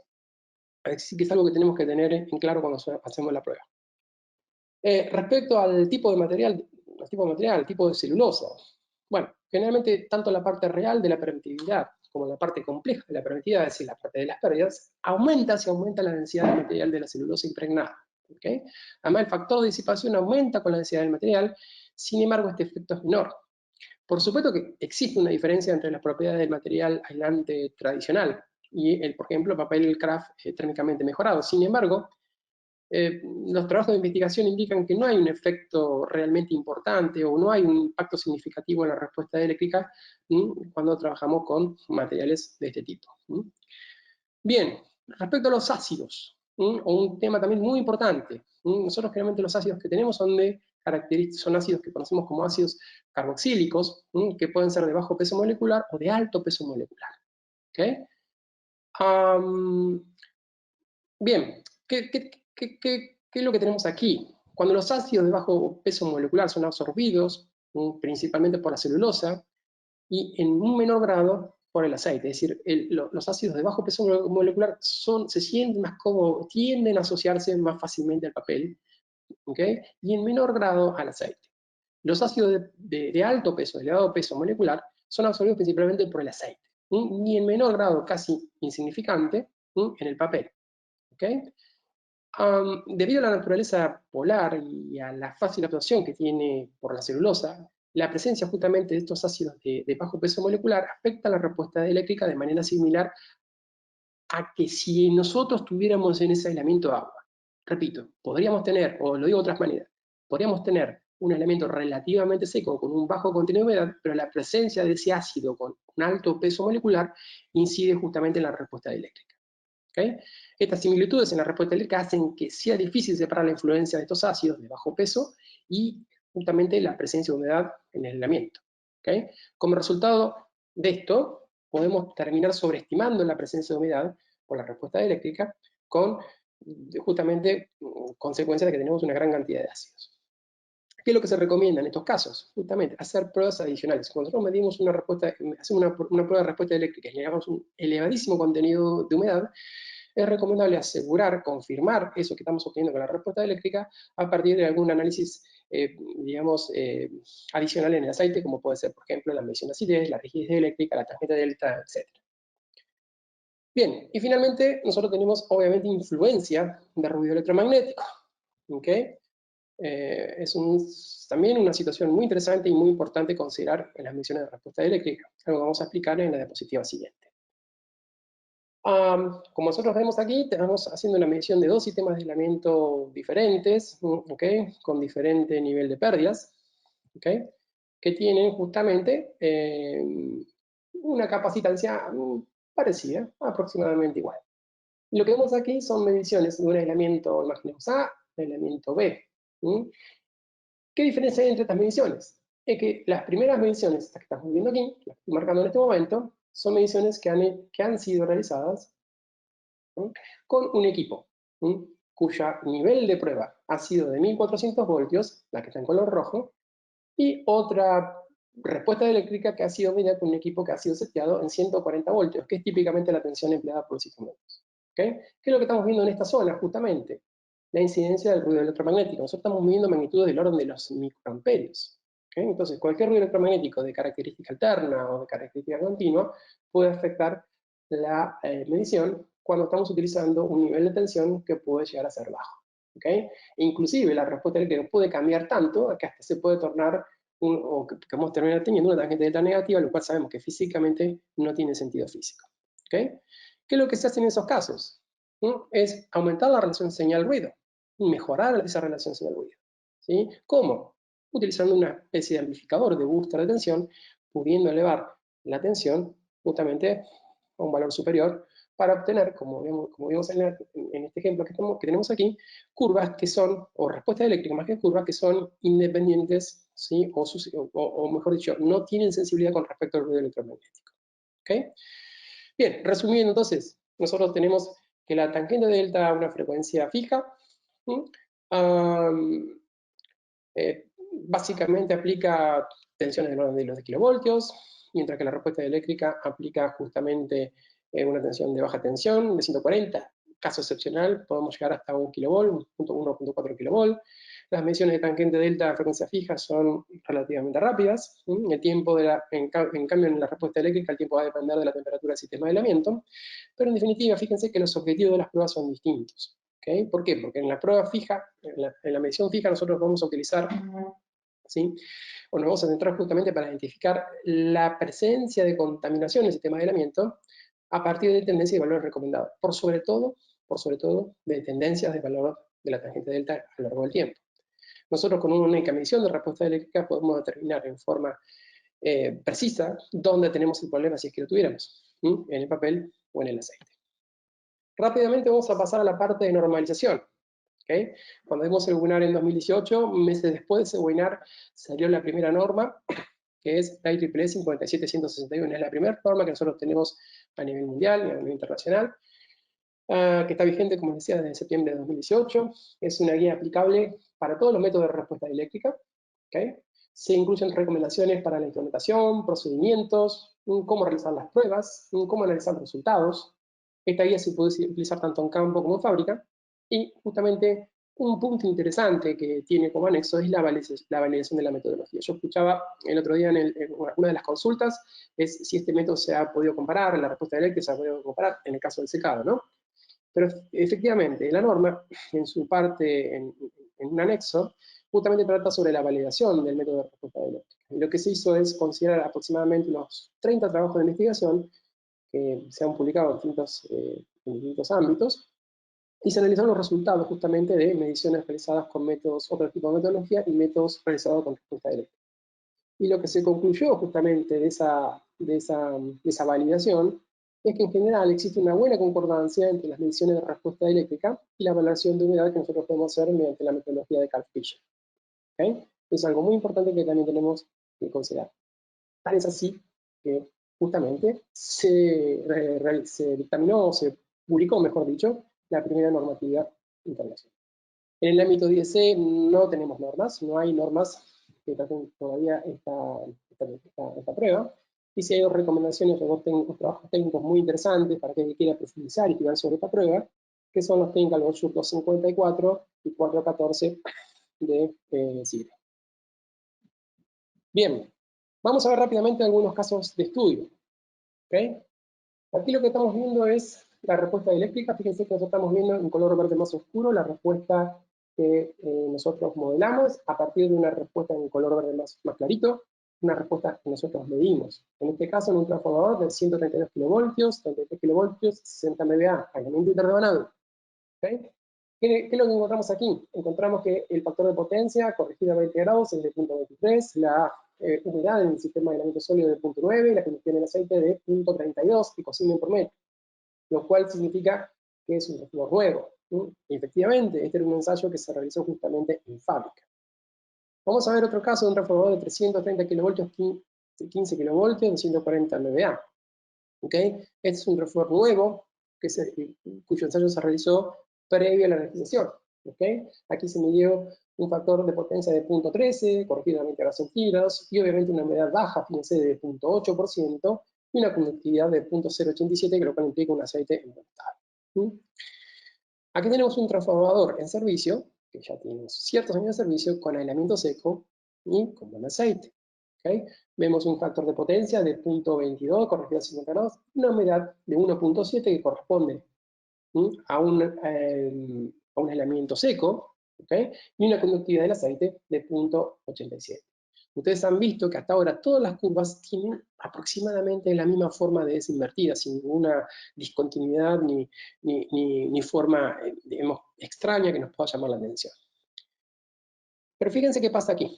Aquí ya tenemos un transformador que está en servicio, que ha estado en servicio, y que tiene un aislamiento húmedo con un aceite envejecido. ¿Okay? Aquí tenemos un factor de potencia de 0.47, ¿okay? Corregido a 20 grados centígrados, una humedad de 3.7%, ya es una humedad importante, y una conductividad del aceite de 25.8 picosiemens por metro, que indica un aceite envejecido. Pero centrémonos, me voy a parar aquí un segundito. Centrémonos en el valor justamente que tenemos aquí. ¿Sí? El valor que tenemos aquí. Nosotros vimos un valor de factor de potencia de 0.47. ¿Ok? Ese valor de 0.47. Nosotros hubiésemos esperado que es un valor bueno. Acuérdense que 0.5% es un valor bueno. ¿Ok? Pero fíjense el estado de la humedad y el estado del aceite. ¿Ok? Volvamos a la pregunta que yo había formulado casi al principio de la presentación. Una tangente delta de 0.5%. ¿El aislamiento no tiene humedad? ¿El aislamiento está realmente en buen estado? ¿Okay? Y efectivamente, como estamos viendo con un caso de aplicación, aquí encontramos un transformador que tiene una buena tangente delta, hace frecuencia fija, pero que tiene una celulosa con humedad y un aceite envejecido. ¿Okay? Esa es la razón justamente, o la importancia que tiene cuando nosotros abrimos el espectro de frecuencia para ver ese gol de Messi en forma completa, en forma panorámica. Vamos a ir avanzando ya con otros casos más. Aquí estamos viendo un transformador que tiene un doble secundario. Un transformador que tiene un primario y dos secundarios exactamente iguales. ¿Okay? Aquí vemos la respuesta eléctrica entre de alta respecto a cada secundario, ¿sí? Es decir, el aislamiento interhermanado respecto a cada secundario. ¿Y qué es lo que estamos viendo aquí? ¿Ok? Lo que estamos viendo aquí justamente es que la tangente delta, ¿sí? Justamente la tangente delta de ambos transformadores es muy similar entre sí, ¿ok? Y fíjense que efectivamente los niveles de humedad y de conductividad del aceite en ambos secundarios es muy parecida entre sí, ¿sí? Lo cual es un resultado esperable. Vamos a ir terminando con los casos de estudio, ¿sí? O con los casos, con los ejemplos. Aquí estamos viendo un trabajo interesante que se publicó sobre el caso de 7 transformadores, sobre los cuales se había hecho una medición de Carl-Fisher, en algunos de ellos, no en todos, ¿sí? Excepto en la unidad número 5. En los demás se había hecho una determinación de la humedad de la celulosa a partir de una medición de Carl-Fisher en el aceite. Y como vemos, ahí encontramos unos cuantos transformadores que están con un estado de humedad relativamente elevado. ¿Okay? ¿Qué pasa cuando se hizo la respuesta eléctrica en esos transformadores? Encontramos como resultado que en realidad solo en un transformador necesitaba realmente el proceso de secado o recondicionamiento del aceite. ¿Okay? Y esa es justamente la importancia que tiene la respuesta eléctrica, que vemos el sistema de aislamiento como un todo, y no de una manera puntual, ¿sí? A partir de lo cual podemos ya a sacar conclusiones equivocadas. Bien, y vamos a ir viendo el último caso de estudio. Este es el caso de un transformador que fue o que sufrió, digamos, una falla como consecuencia de un movimiento sísmico en una zona de Latinoamérica. Un transformador de 138 kilovoltios, 3,8 kilovolt de baja, un transformador GCU, un transformador de máquina. Lo interesante fue aquí que cuando se hizo la respuesta eléctrica, vimos que el sistema de aislamiento se encontraba en buenas condiciones, ¿okay? Relativamente buenas condiciones para hacer un transformador que ya tiene más de unos 20 años de servicio, una tangente delta aceptable, un contenido de humedad que indicaba moderadamente húmedo, más cerca de seco que de húmedo, y una conductividad, fíjense, muy buena en el aceite. Hasta aquí no había nada raro. Pero también, si bien no lo mencioné aún, ¿okay? Sobre lo cual podríamos hablar más en detalle en algún otro webinar, la respuesta eléctrica también es aplicable a los bushings, al aislamiento interno. De la manera que nosotros medimos la tangente delta o el factor de potencia del tap del bushing, es decir, del pseudo del bushing, también podemos medir la respuesta eléctrica. ¿Qué es lo que tenemos ahí, o qué les muestro en estas dos curvas? La respuesta eléctrica justamente del bushing de la fase A y del bushing de la fase B. Que es una cosa interesante que vemos aquí en la forma de las curvas, en la forma de las respuestas, que son más parecidas efectivamente a las del papel. ¿Y eso por qué? Porque efectivamente en el bushing nosotros tenemos mucho más papel que aceite. Esa es la razón por la cual las respuestas eléctricas de los bushing son casi más gobernadas por la respuesta, íntegramente por la respuesta del papel. Bien, ¿qué resultados encontramos aquí? Valores de factor de potencia aceptables, aceite en buen estado, una humedad moderadamente húmeda, tanto sea para el bushing de la fase A como de la fase B. Pero fíjense qué pasó cuando fuimos al bushing de la fase C. ¿Qué es lo que encontramos aquí? ¿O qué es lo que tenemos aquí? En color oscuro la curva modelo y en color más claro la curva que nosotros medimos. Ese es fíjate un claro ejemplo de una curva completamente atípica. Y de hecho, fíjense que el algoritmo está indicando que no existe una curva modelo real que pueda realmente construir esa respuesta eléctrica por demás extraña que nosotros estamos midiendo. ¿Okay? ¿Y qué fue lo que pasó en este amigo, en este bushing? Justamente lo que se encontró es que hay una importante pérdida de aceite en los sellos justamente del tap de prueba, ¿sí? Es como que se había roto un sello, un O-ring, y había drenado una cantidad de aceite muy importante y el bushing estaba prácticamente sin contenido de aceite. ¿Okay?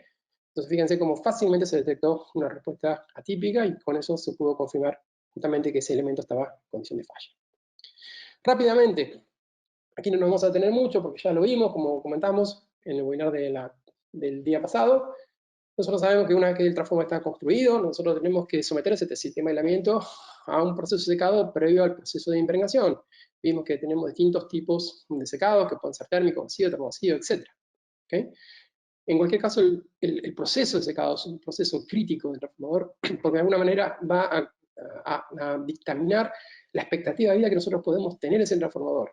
¿Okay? Es la referencia que nos va a nosotros brindar la expectativa de vida de ese transformador. ¿Okay? Nosotros sabemos que tenemos métodos tradicionales, eso ya lo vimos en el webinar pasado, métodos para determinar la humedad tradicionales, como pueden ser, por ejemplo, realizar la medición de tangente delta a una frecuencia fija, realizar muestras de Carl-Fisher, si pudiéramos hacer una de las técnicas más usadas, que es la técnica de punto rocío. Pero justamente la respuesta eléctrica es una eficaz técnica que de una manera no invasiva, de una manera práctica, nosotros podemos ir monitoreando en distintas fases del proceso de secado, cuál va siendo la evolución de la humedad en el sistema de aislamiento. Cada curva que ustedes ven en color rojo, ¿okay? Cada curva que ustedes ven aquí en color rojo representa en realidad un valor de la tangente delta en función de la frecuencia. En color azul ustedes viendo cómo varía la capacitancia en función de la frecuencia. Y cada curvita, cada línea, cada pequeña línea que ustedes ven representa una medición que se hizo durante el proceso de secado. ¿Okay? Para cada curva, lo que yo voy a sacar es un punto que me va a permitir construir a lo largo del tiempo esta curva que tenemos aquí en color negro, que no es ni más ni menos en cómo varía la humedad respecto al tiempo. Lo que están viendo aquí es el proceso real de un transformador de alta tensión durante un proceso de secado que en este caso duró aproximadamente unos 3 días. ¿Okay? Y eso es lo interesante, que de una manera, bueno, repito, no invasiva, nosotros podemos ir midiendo, monitoreando, momento a momento, cuál es el estado, cuál es la evolución del proceso de secado. Raúl, yo quería agregar rápidamente, sí, en este slide anterior que mostrabas, que para aquellos que tal vez no participaron en el webinar anterior, que sí se habló en detalle de esto del proceso de secado, ese webinar se dio el día martes, hace 2 días, y que está disponible en nuestra página de web de la serie de la librería de webinars grabados. O sea que para aquellos que quieran ya adentrar más en este detalle, esa información está ahí, o más bien puede contactar a su representante local y le puede asistir en eso. Adelante. Bien, ya para ir terminando, justamente, la humedad en el sistema de aislamiento de un transformador o reactor, ¿sí? También un reactor es una clase de transformadores, impregnados, siempre se distribuye de una manera desigual. ¿Okay? En base a ello, nosotros tenemos siempre 2 interrogantes. ¿Cómo se determina la zona puntual en donde tomar la muestra de celulosa para hacer, por ejemplo, una prueba de Carl-Fisher? El punto de rocío se ve más afectado por la humedad extrema de la capa de celulosa más externas, que están en contacto con el gas. Pero la pregunta es, ¿qué pasa con la celulosa interna? ¿Qué pasa con las capas de papel interna? ¿Medimos realmente la humedad? Y eso es algo que Diego explicó justamente en el webinar con mayores detalles. Lo que les estoy mostrando aquí simplemente es a modo de referencia a una publicación justamente del grupo de trabajo que está trabajando en la futura norma IEEE 57162, que va a hablar sobre el secado. ¿Okay? Y justamente en este trabajo se muestra algo que alguien también había preguntado, ¿sí? Si se había validado, si se habían hecho mediciones justamente comparando distintas metodologías. Y efectivamente es un caso de estudio, donde se hizo el secado de un transformador de 30 MVA, 220 kilovolts y kilovolts, un transformador GSU, y se midió en la curva que ustedes ven a la izquierda la respuesta eléctrica, el punto de rocío, ¿ok? Y se midió Carl-Fisher por distintas metodologías, ¿ok? Esta medición se hizo, ¿ok? Antes del secado, y esta medición se repitieron después del secado. Lo interesante de lo que vemos aquí, aquí tenemos punto de rocío, tenemos medición de Carl-Fisher, distintos elementos de celulosa de distintas partes del transformador, antes del secado y luego del secado. Pero lo interesante, una de las conclusiones interesantes que vemos aquí, es que fíjense que la respuesta eléctrica tiene valores coherentes respecto al cabo del proceso de secado.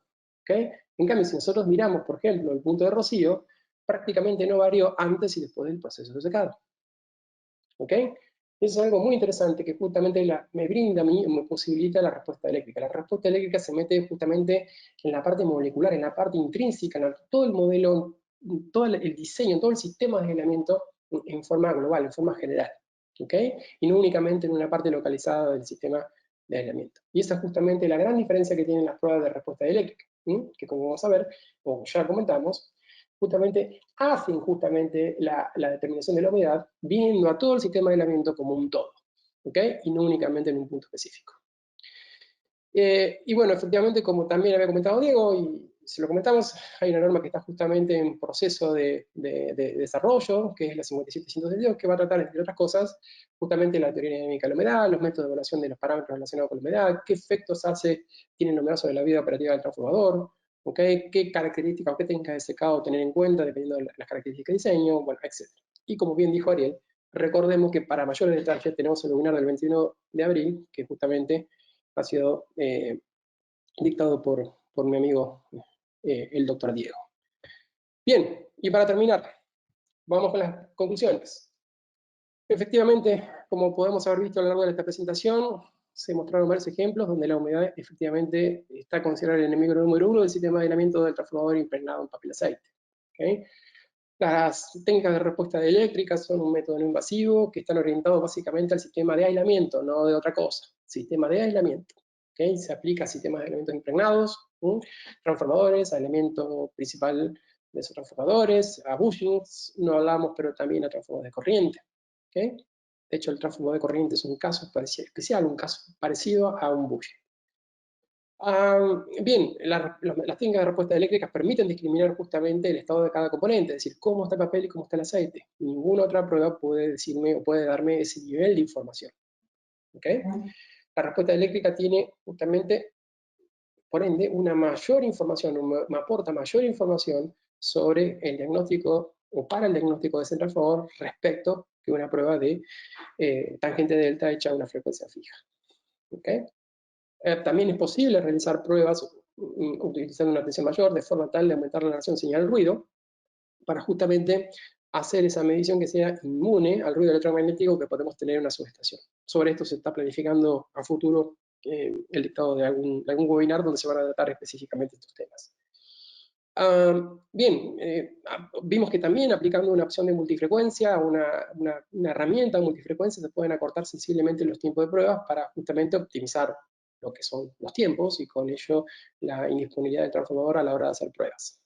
Ya tenemos normas, ¿sí? Tenemos una excelente norma que es la IEEE 57161, donde se dictan o se establecen una serie de recomendaciones y pautas para tener en cuenta a la hora de la prueba.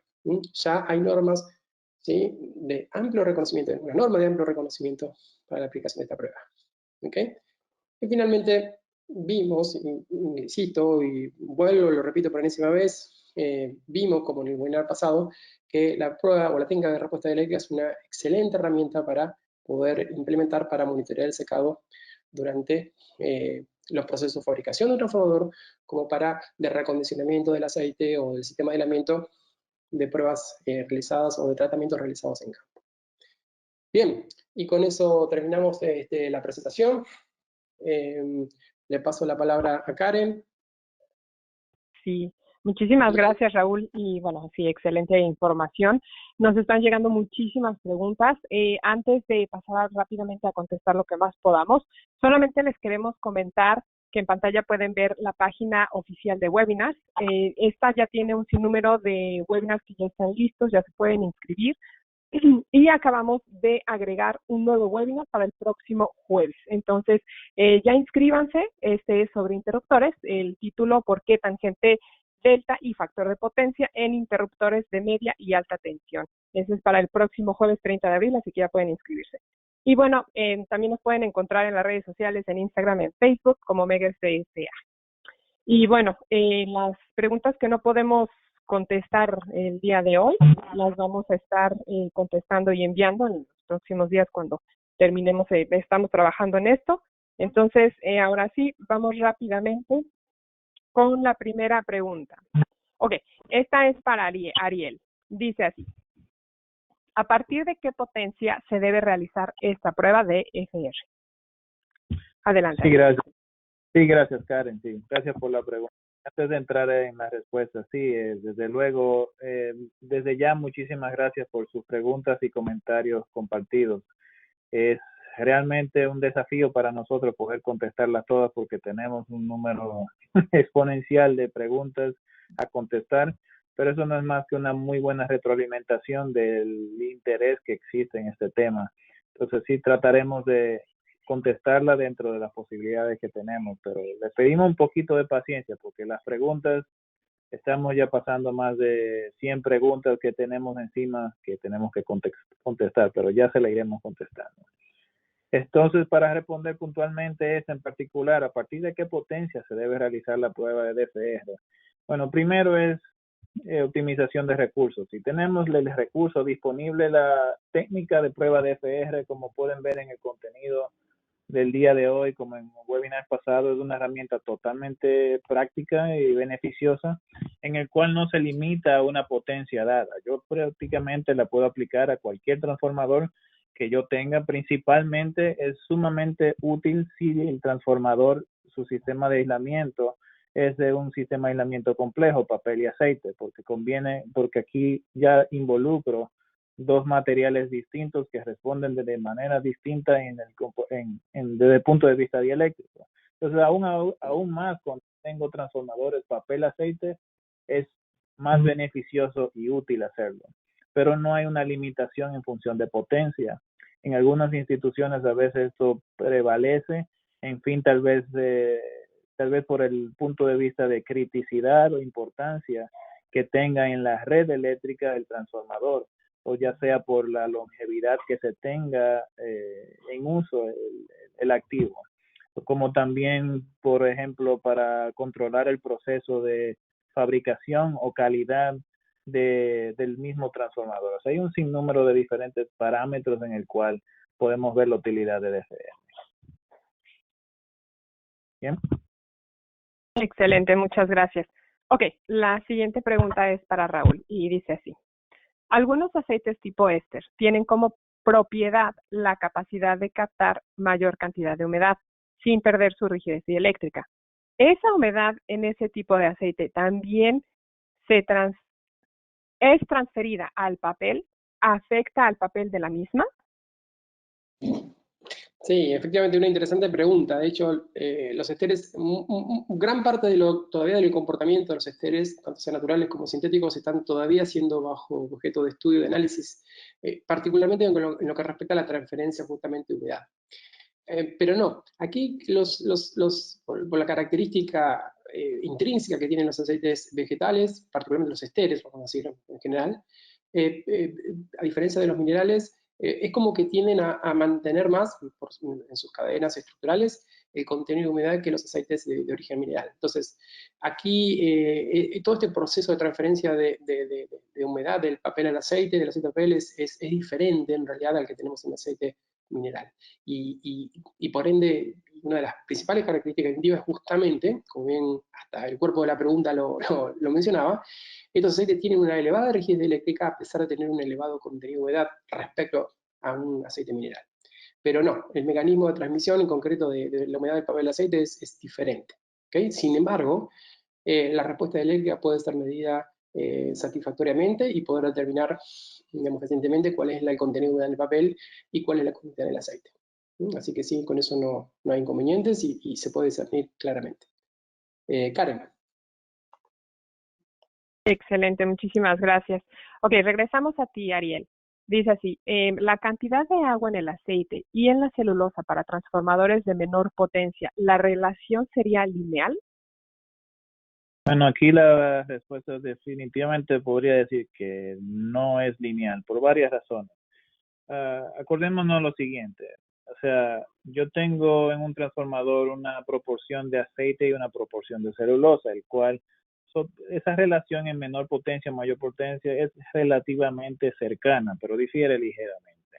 Ahora, la cantidad de agua, como lo dice la pregunta, ya va a depender de muchos parámetros. Muchos fueron cubiertos en este webinar.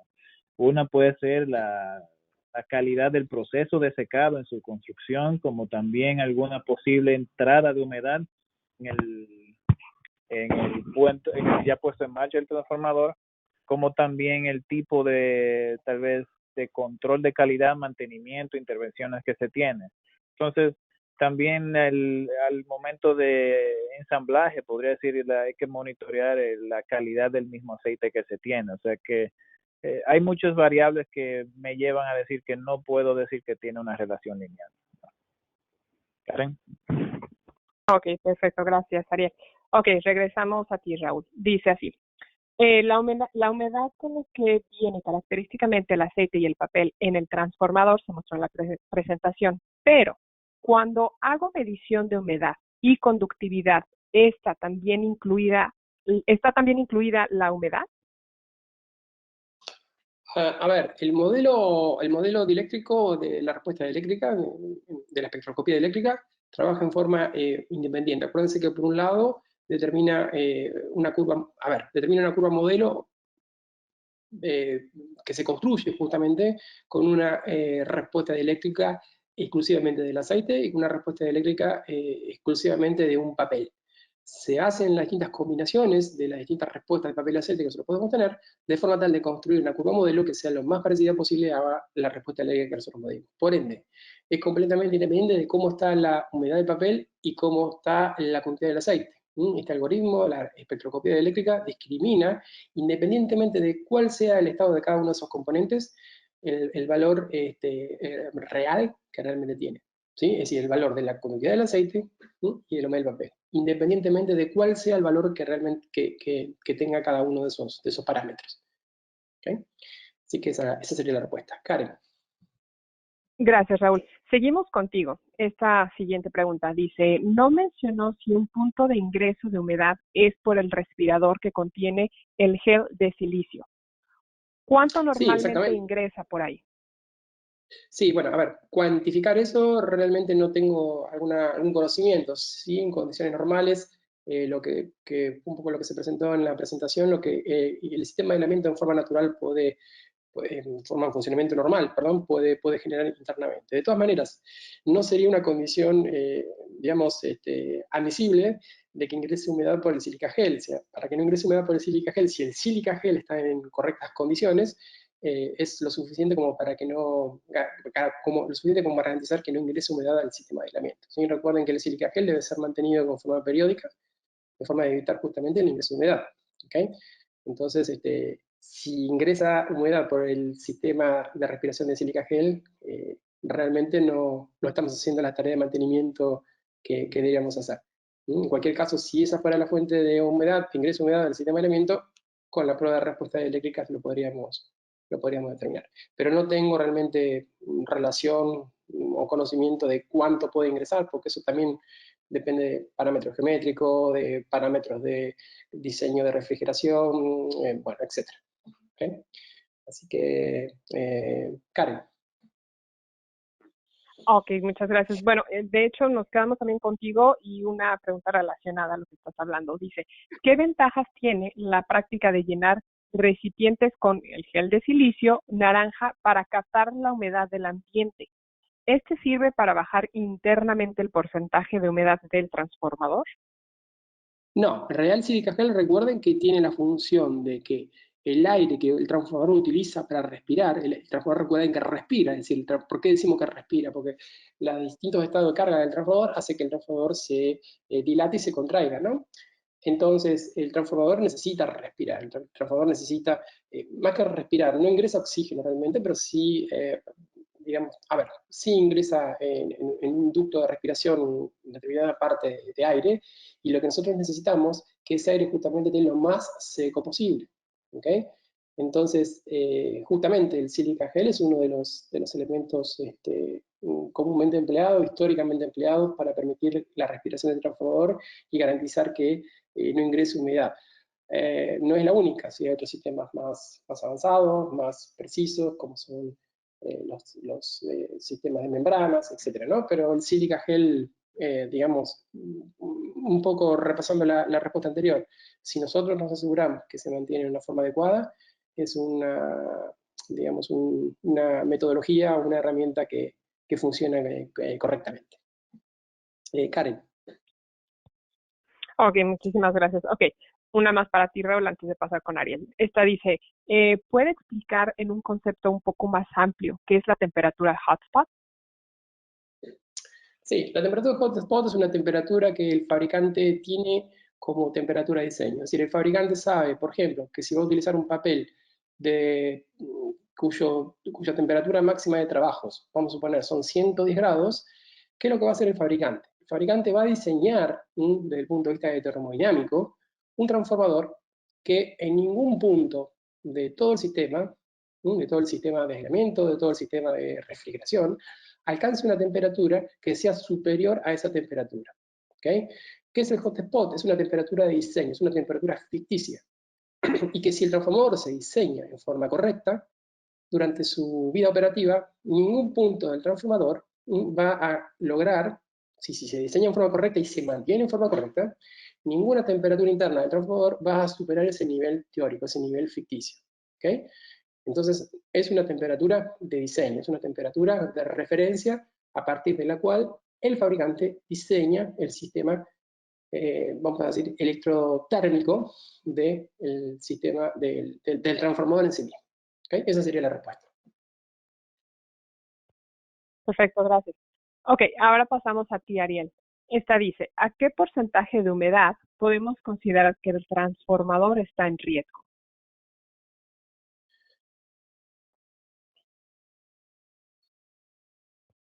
Y no se te olvide poner tu micrófono, quitarle el mudo, Ariel. Gracias. Muchas gracias. Viste aquí cómo está. Sí, efectivamente lo tenía en mudo para no crear ruido con la respuesta de Raúl. Gracias. Sí, la respuesta va un poco dirigida como dice la canción. Depende. Y depende porque, o sea, no solamente el riesgo del transformador, como obviamente es crítico e importante el tema de la humedad, también acordémonos que, como bien comentaba Raúl, la relación de operación que tenemos, no solamente en el contenido de humedad, sino también a qué temperatura yo estoy operando el transformador. O sea, el factor humedad, como es el agente más perjudicial que tengo en el sistema de aislamiento de un transformador, también va de la mano en tener en cuenta a qué temperatura yo estoy operando el transformador, ya sea por el punto de vista de dónde está ubicado el transformador en el punto de la red eléctrica, o tal vez su longevidad de uso no me permite ya jugar más cómo controlar la humedad, simplemente es algo ya intrínseco y natural de él, pero por eso en esta sesión, por eso decimos, DPR nos arroja toda esa información para poder tener data a mano y tomar decisiones, ya sea de que el transformador está crítico, hay que hacer una operación de reparación o de servicio mantenimiento, o si no puedo hacer eso, pues tal vez controlar la operación del mismo para regular la temperatura que tengo, porque acuérdense en la diapositiva que compartió Raúl hace unos momentos, la relación de una temperatura elevada a una alta humedad es sumamente perjudicial para el transformador. Entonces, como indicadores, acuérdense de que ya por norma, tanto de ISL AAA, tanto nosotros de Megger, tenemos una especie de análisis rápido tipo semáforo, donde se dan recomendaciones desde a partir de qué porcentaje de humedad es algo donde se considera nuevo, seco, pero ojo nuevamente, no nos llevemos solamente del parámetro de humedad, sino combinado a qué temperatura yo estoy operando esto. Karen, gracias. Muchísimas gracias, Ariel. Ok, regresamos a ti, Raúl. Esta dice, ¿el cambio adecuado de la resina, o sea, el removedor de humedad, puede prevenir de cierto modo el ingreso de humedad en el transformador? Por supuesto que sí.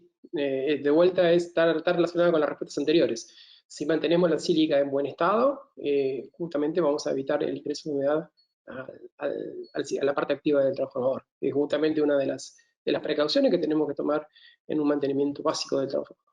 Sí, es correcto. Karen. Gracias, Raúl. Bueno, se nos termina el tiempo, vamos a contestar solamente una más, y esta también es para ti, Raúl. Dice, ¿el aumento de ppms en el aceite directamente proporcional a la temperatura es considerado que está en contacto con el papel? ¿O eso puede suceder solamente con el aceite?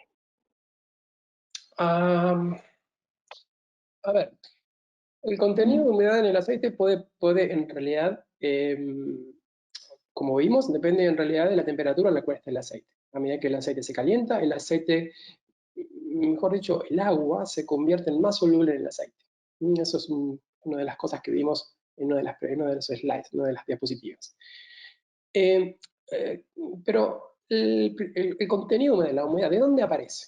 Bueno, puede aparecer de una manera externa, como vimos, un cierre deficiente de la cuba del transformador, del tanque del transformador, y esa agua, en realidad, cuando el transformador se encuentra a una baja temperatura, se va a sentir más cómodo yendo, ¿a dónde? A la celulosa, al papel.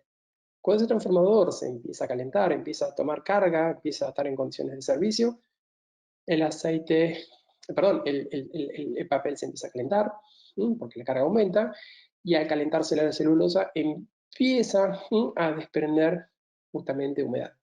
esa humedad se va a propagar, se va a ir, se va a empezar a sentir más cómoda estando con el aceite. Si el régimen de carga baja, o directamente, por ejemplo, si sacamos directamente el transformador de servicio, va a haber un proceso, un periodo de transición, ¿sí? Que a partir del cual la humedad que estaba en el aceite va a empezar a volver a la celulosa. ¿Okay? Por eso decimos que este proceso de migración de la humedad del papel al aceite es un proceso dinámico y que depende fuertemente de la temperatura. ¿Okay? Y esa es una de las razones por las cuales es extremadamente importante en las pruebas de respuesta eléctrica, como también en otras pruebas, pero especialmente en las pruebas de respuesta eléctrica, asegurarnos de que ese proceso de migración ya se encuentra estable, ¿sí? Se encuentra estabilizado, ¿sí? No hay humedad que está pasando del papel al aceite o del aceite al papel. ¿Okay? ¿Y eso cuando se logra? Justamente cuando la temperatura justamente alcanza un régimen estable. ¿Okay? ¿Y eso de qué va a depender? Va a depender de la temperatura ambiente, va a depender de la temperatura a la cual estaba el transformador, ¿okay? Va a depender del diseño, de las características de diseño del transformador. ¿Okay? Pero esa sería un poco la respuesta a esta consigna, a esta pregunta. Karen. Muchísimas gracias, Raúl. Bueno, vamos a contestar solamente dos más, y es que nos siguen llegando, pero dos más. Esta para ti, Ariel. Dice, la temperatura con la que se ingresa el gráfico de Omen es la ambiente, o sea, la ambiental. De hecho, parece como si lo hubiera escrito yo. De hecho, la hice verbalmente a Raúl y no, la respuesta de la temperatura que se utiliza es la temperatura que se obtuvo en el momento de equilibrio que se tenía en el sistema de aislamiento. Bien, así de sencilla, eso es, no hay más que agregar. Perfecto, no es gracias. Ahora, sí. Gracias, Ariel. La última para cerrar y es para ti, Raúl. Dice, consulto, ¿qué consideración debemos de tener cuando probemos DCR en transformadores con líquido aislante de silicona? Básicamente ninguna precaución, porque la prueba es exactamente la misma. La única precaución que sí deberíamos tener en realidad sería decirle al instrumento de espectroscopía eléctrica que el aceite que tiene ese transformador que vamos a probar es un aceite de silicona. Entonces, ¿qué va a hacer el algoritmo, un modelo matemático? Va a utilizar la característica eléctrica que justamente tiene un aceite de silicona, pero ninguna otra precaución más que esa. Después la prueba es exactamente igual, tanto sea la parte de ejecución como la parte de interpretación de resultados. ¿Okay? Así que no hay más precauciones que esas.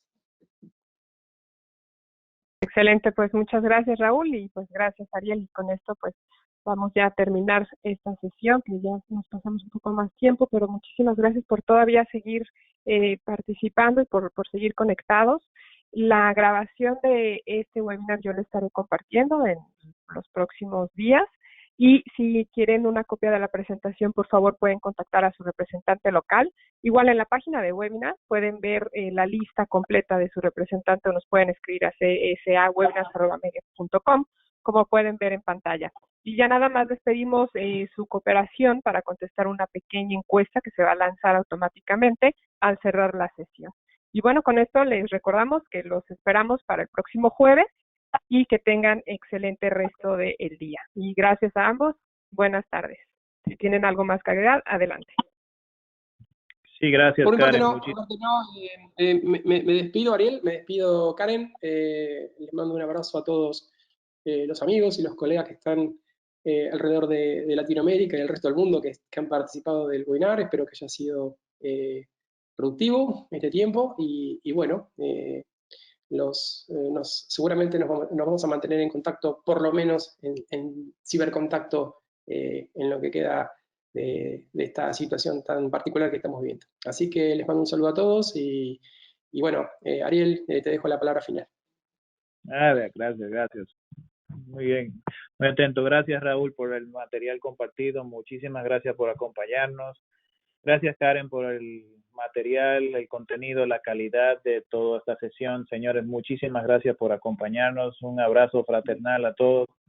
Cuidémonos, manteniéndonos activos Los martes y jueves, ya saben, tenemos dos tipos de webinars, uno técnico dirigido a productos y uno académico que es dirigido a la aplicación, como en el caso del día de hoy.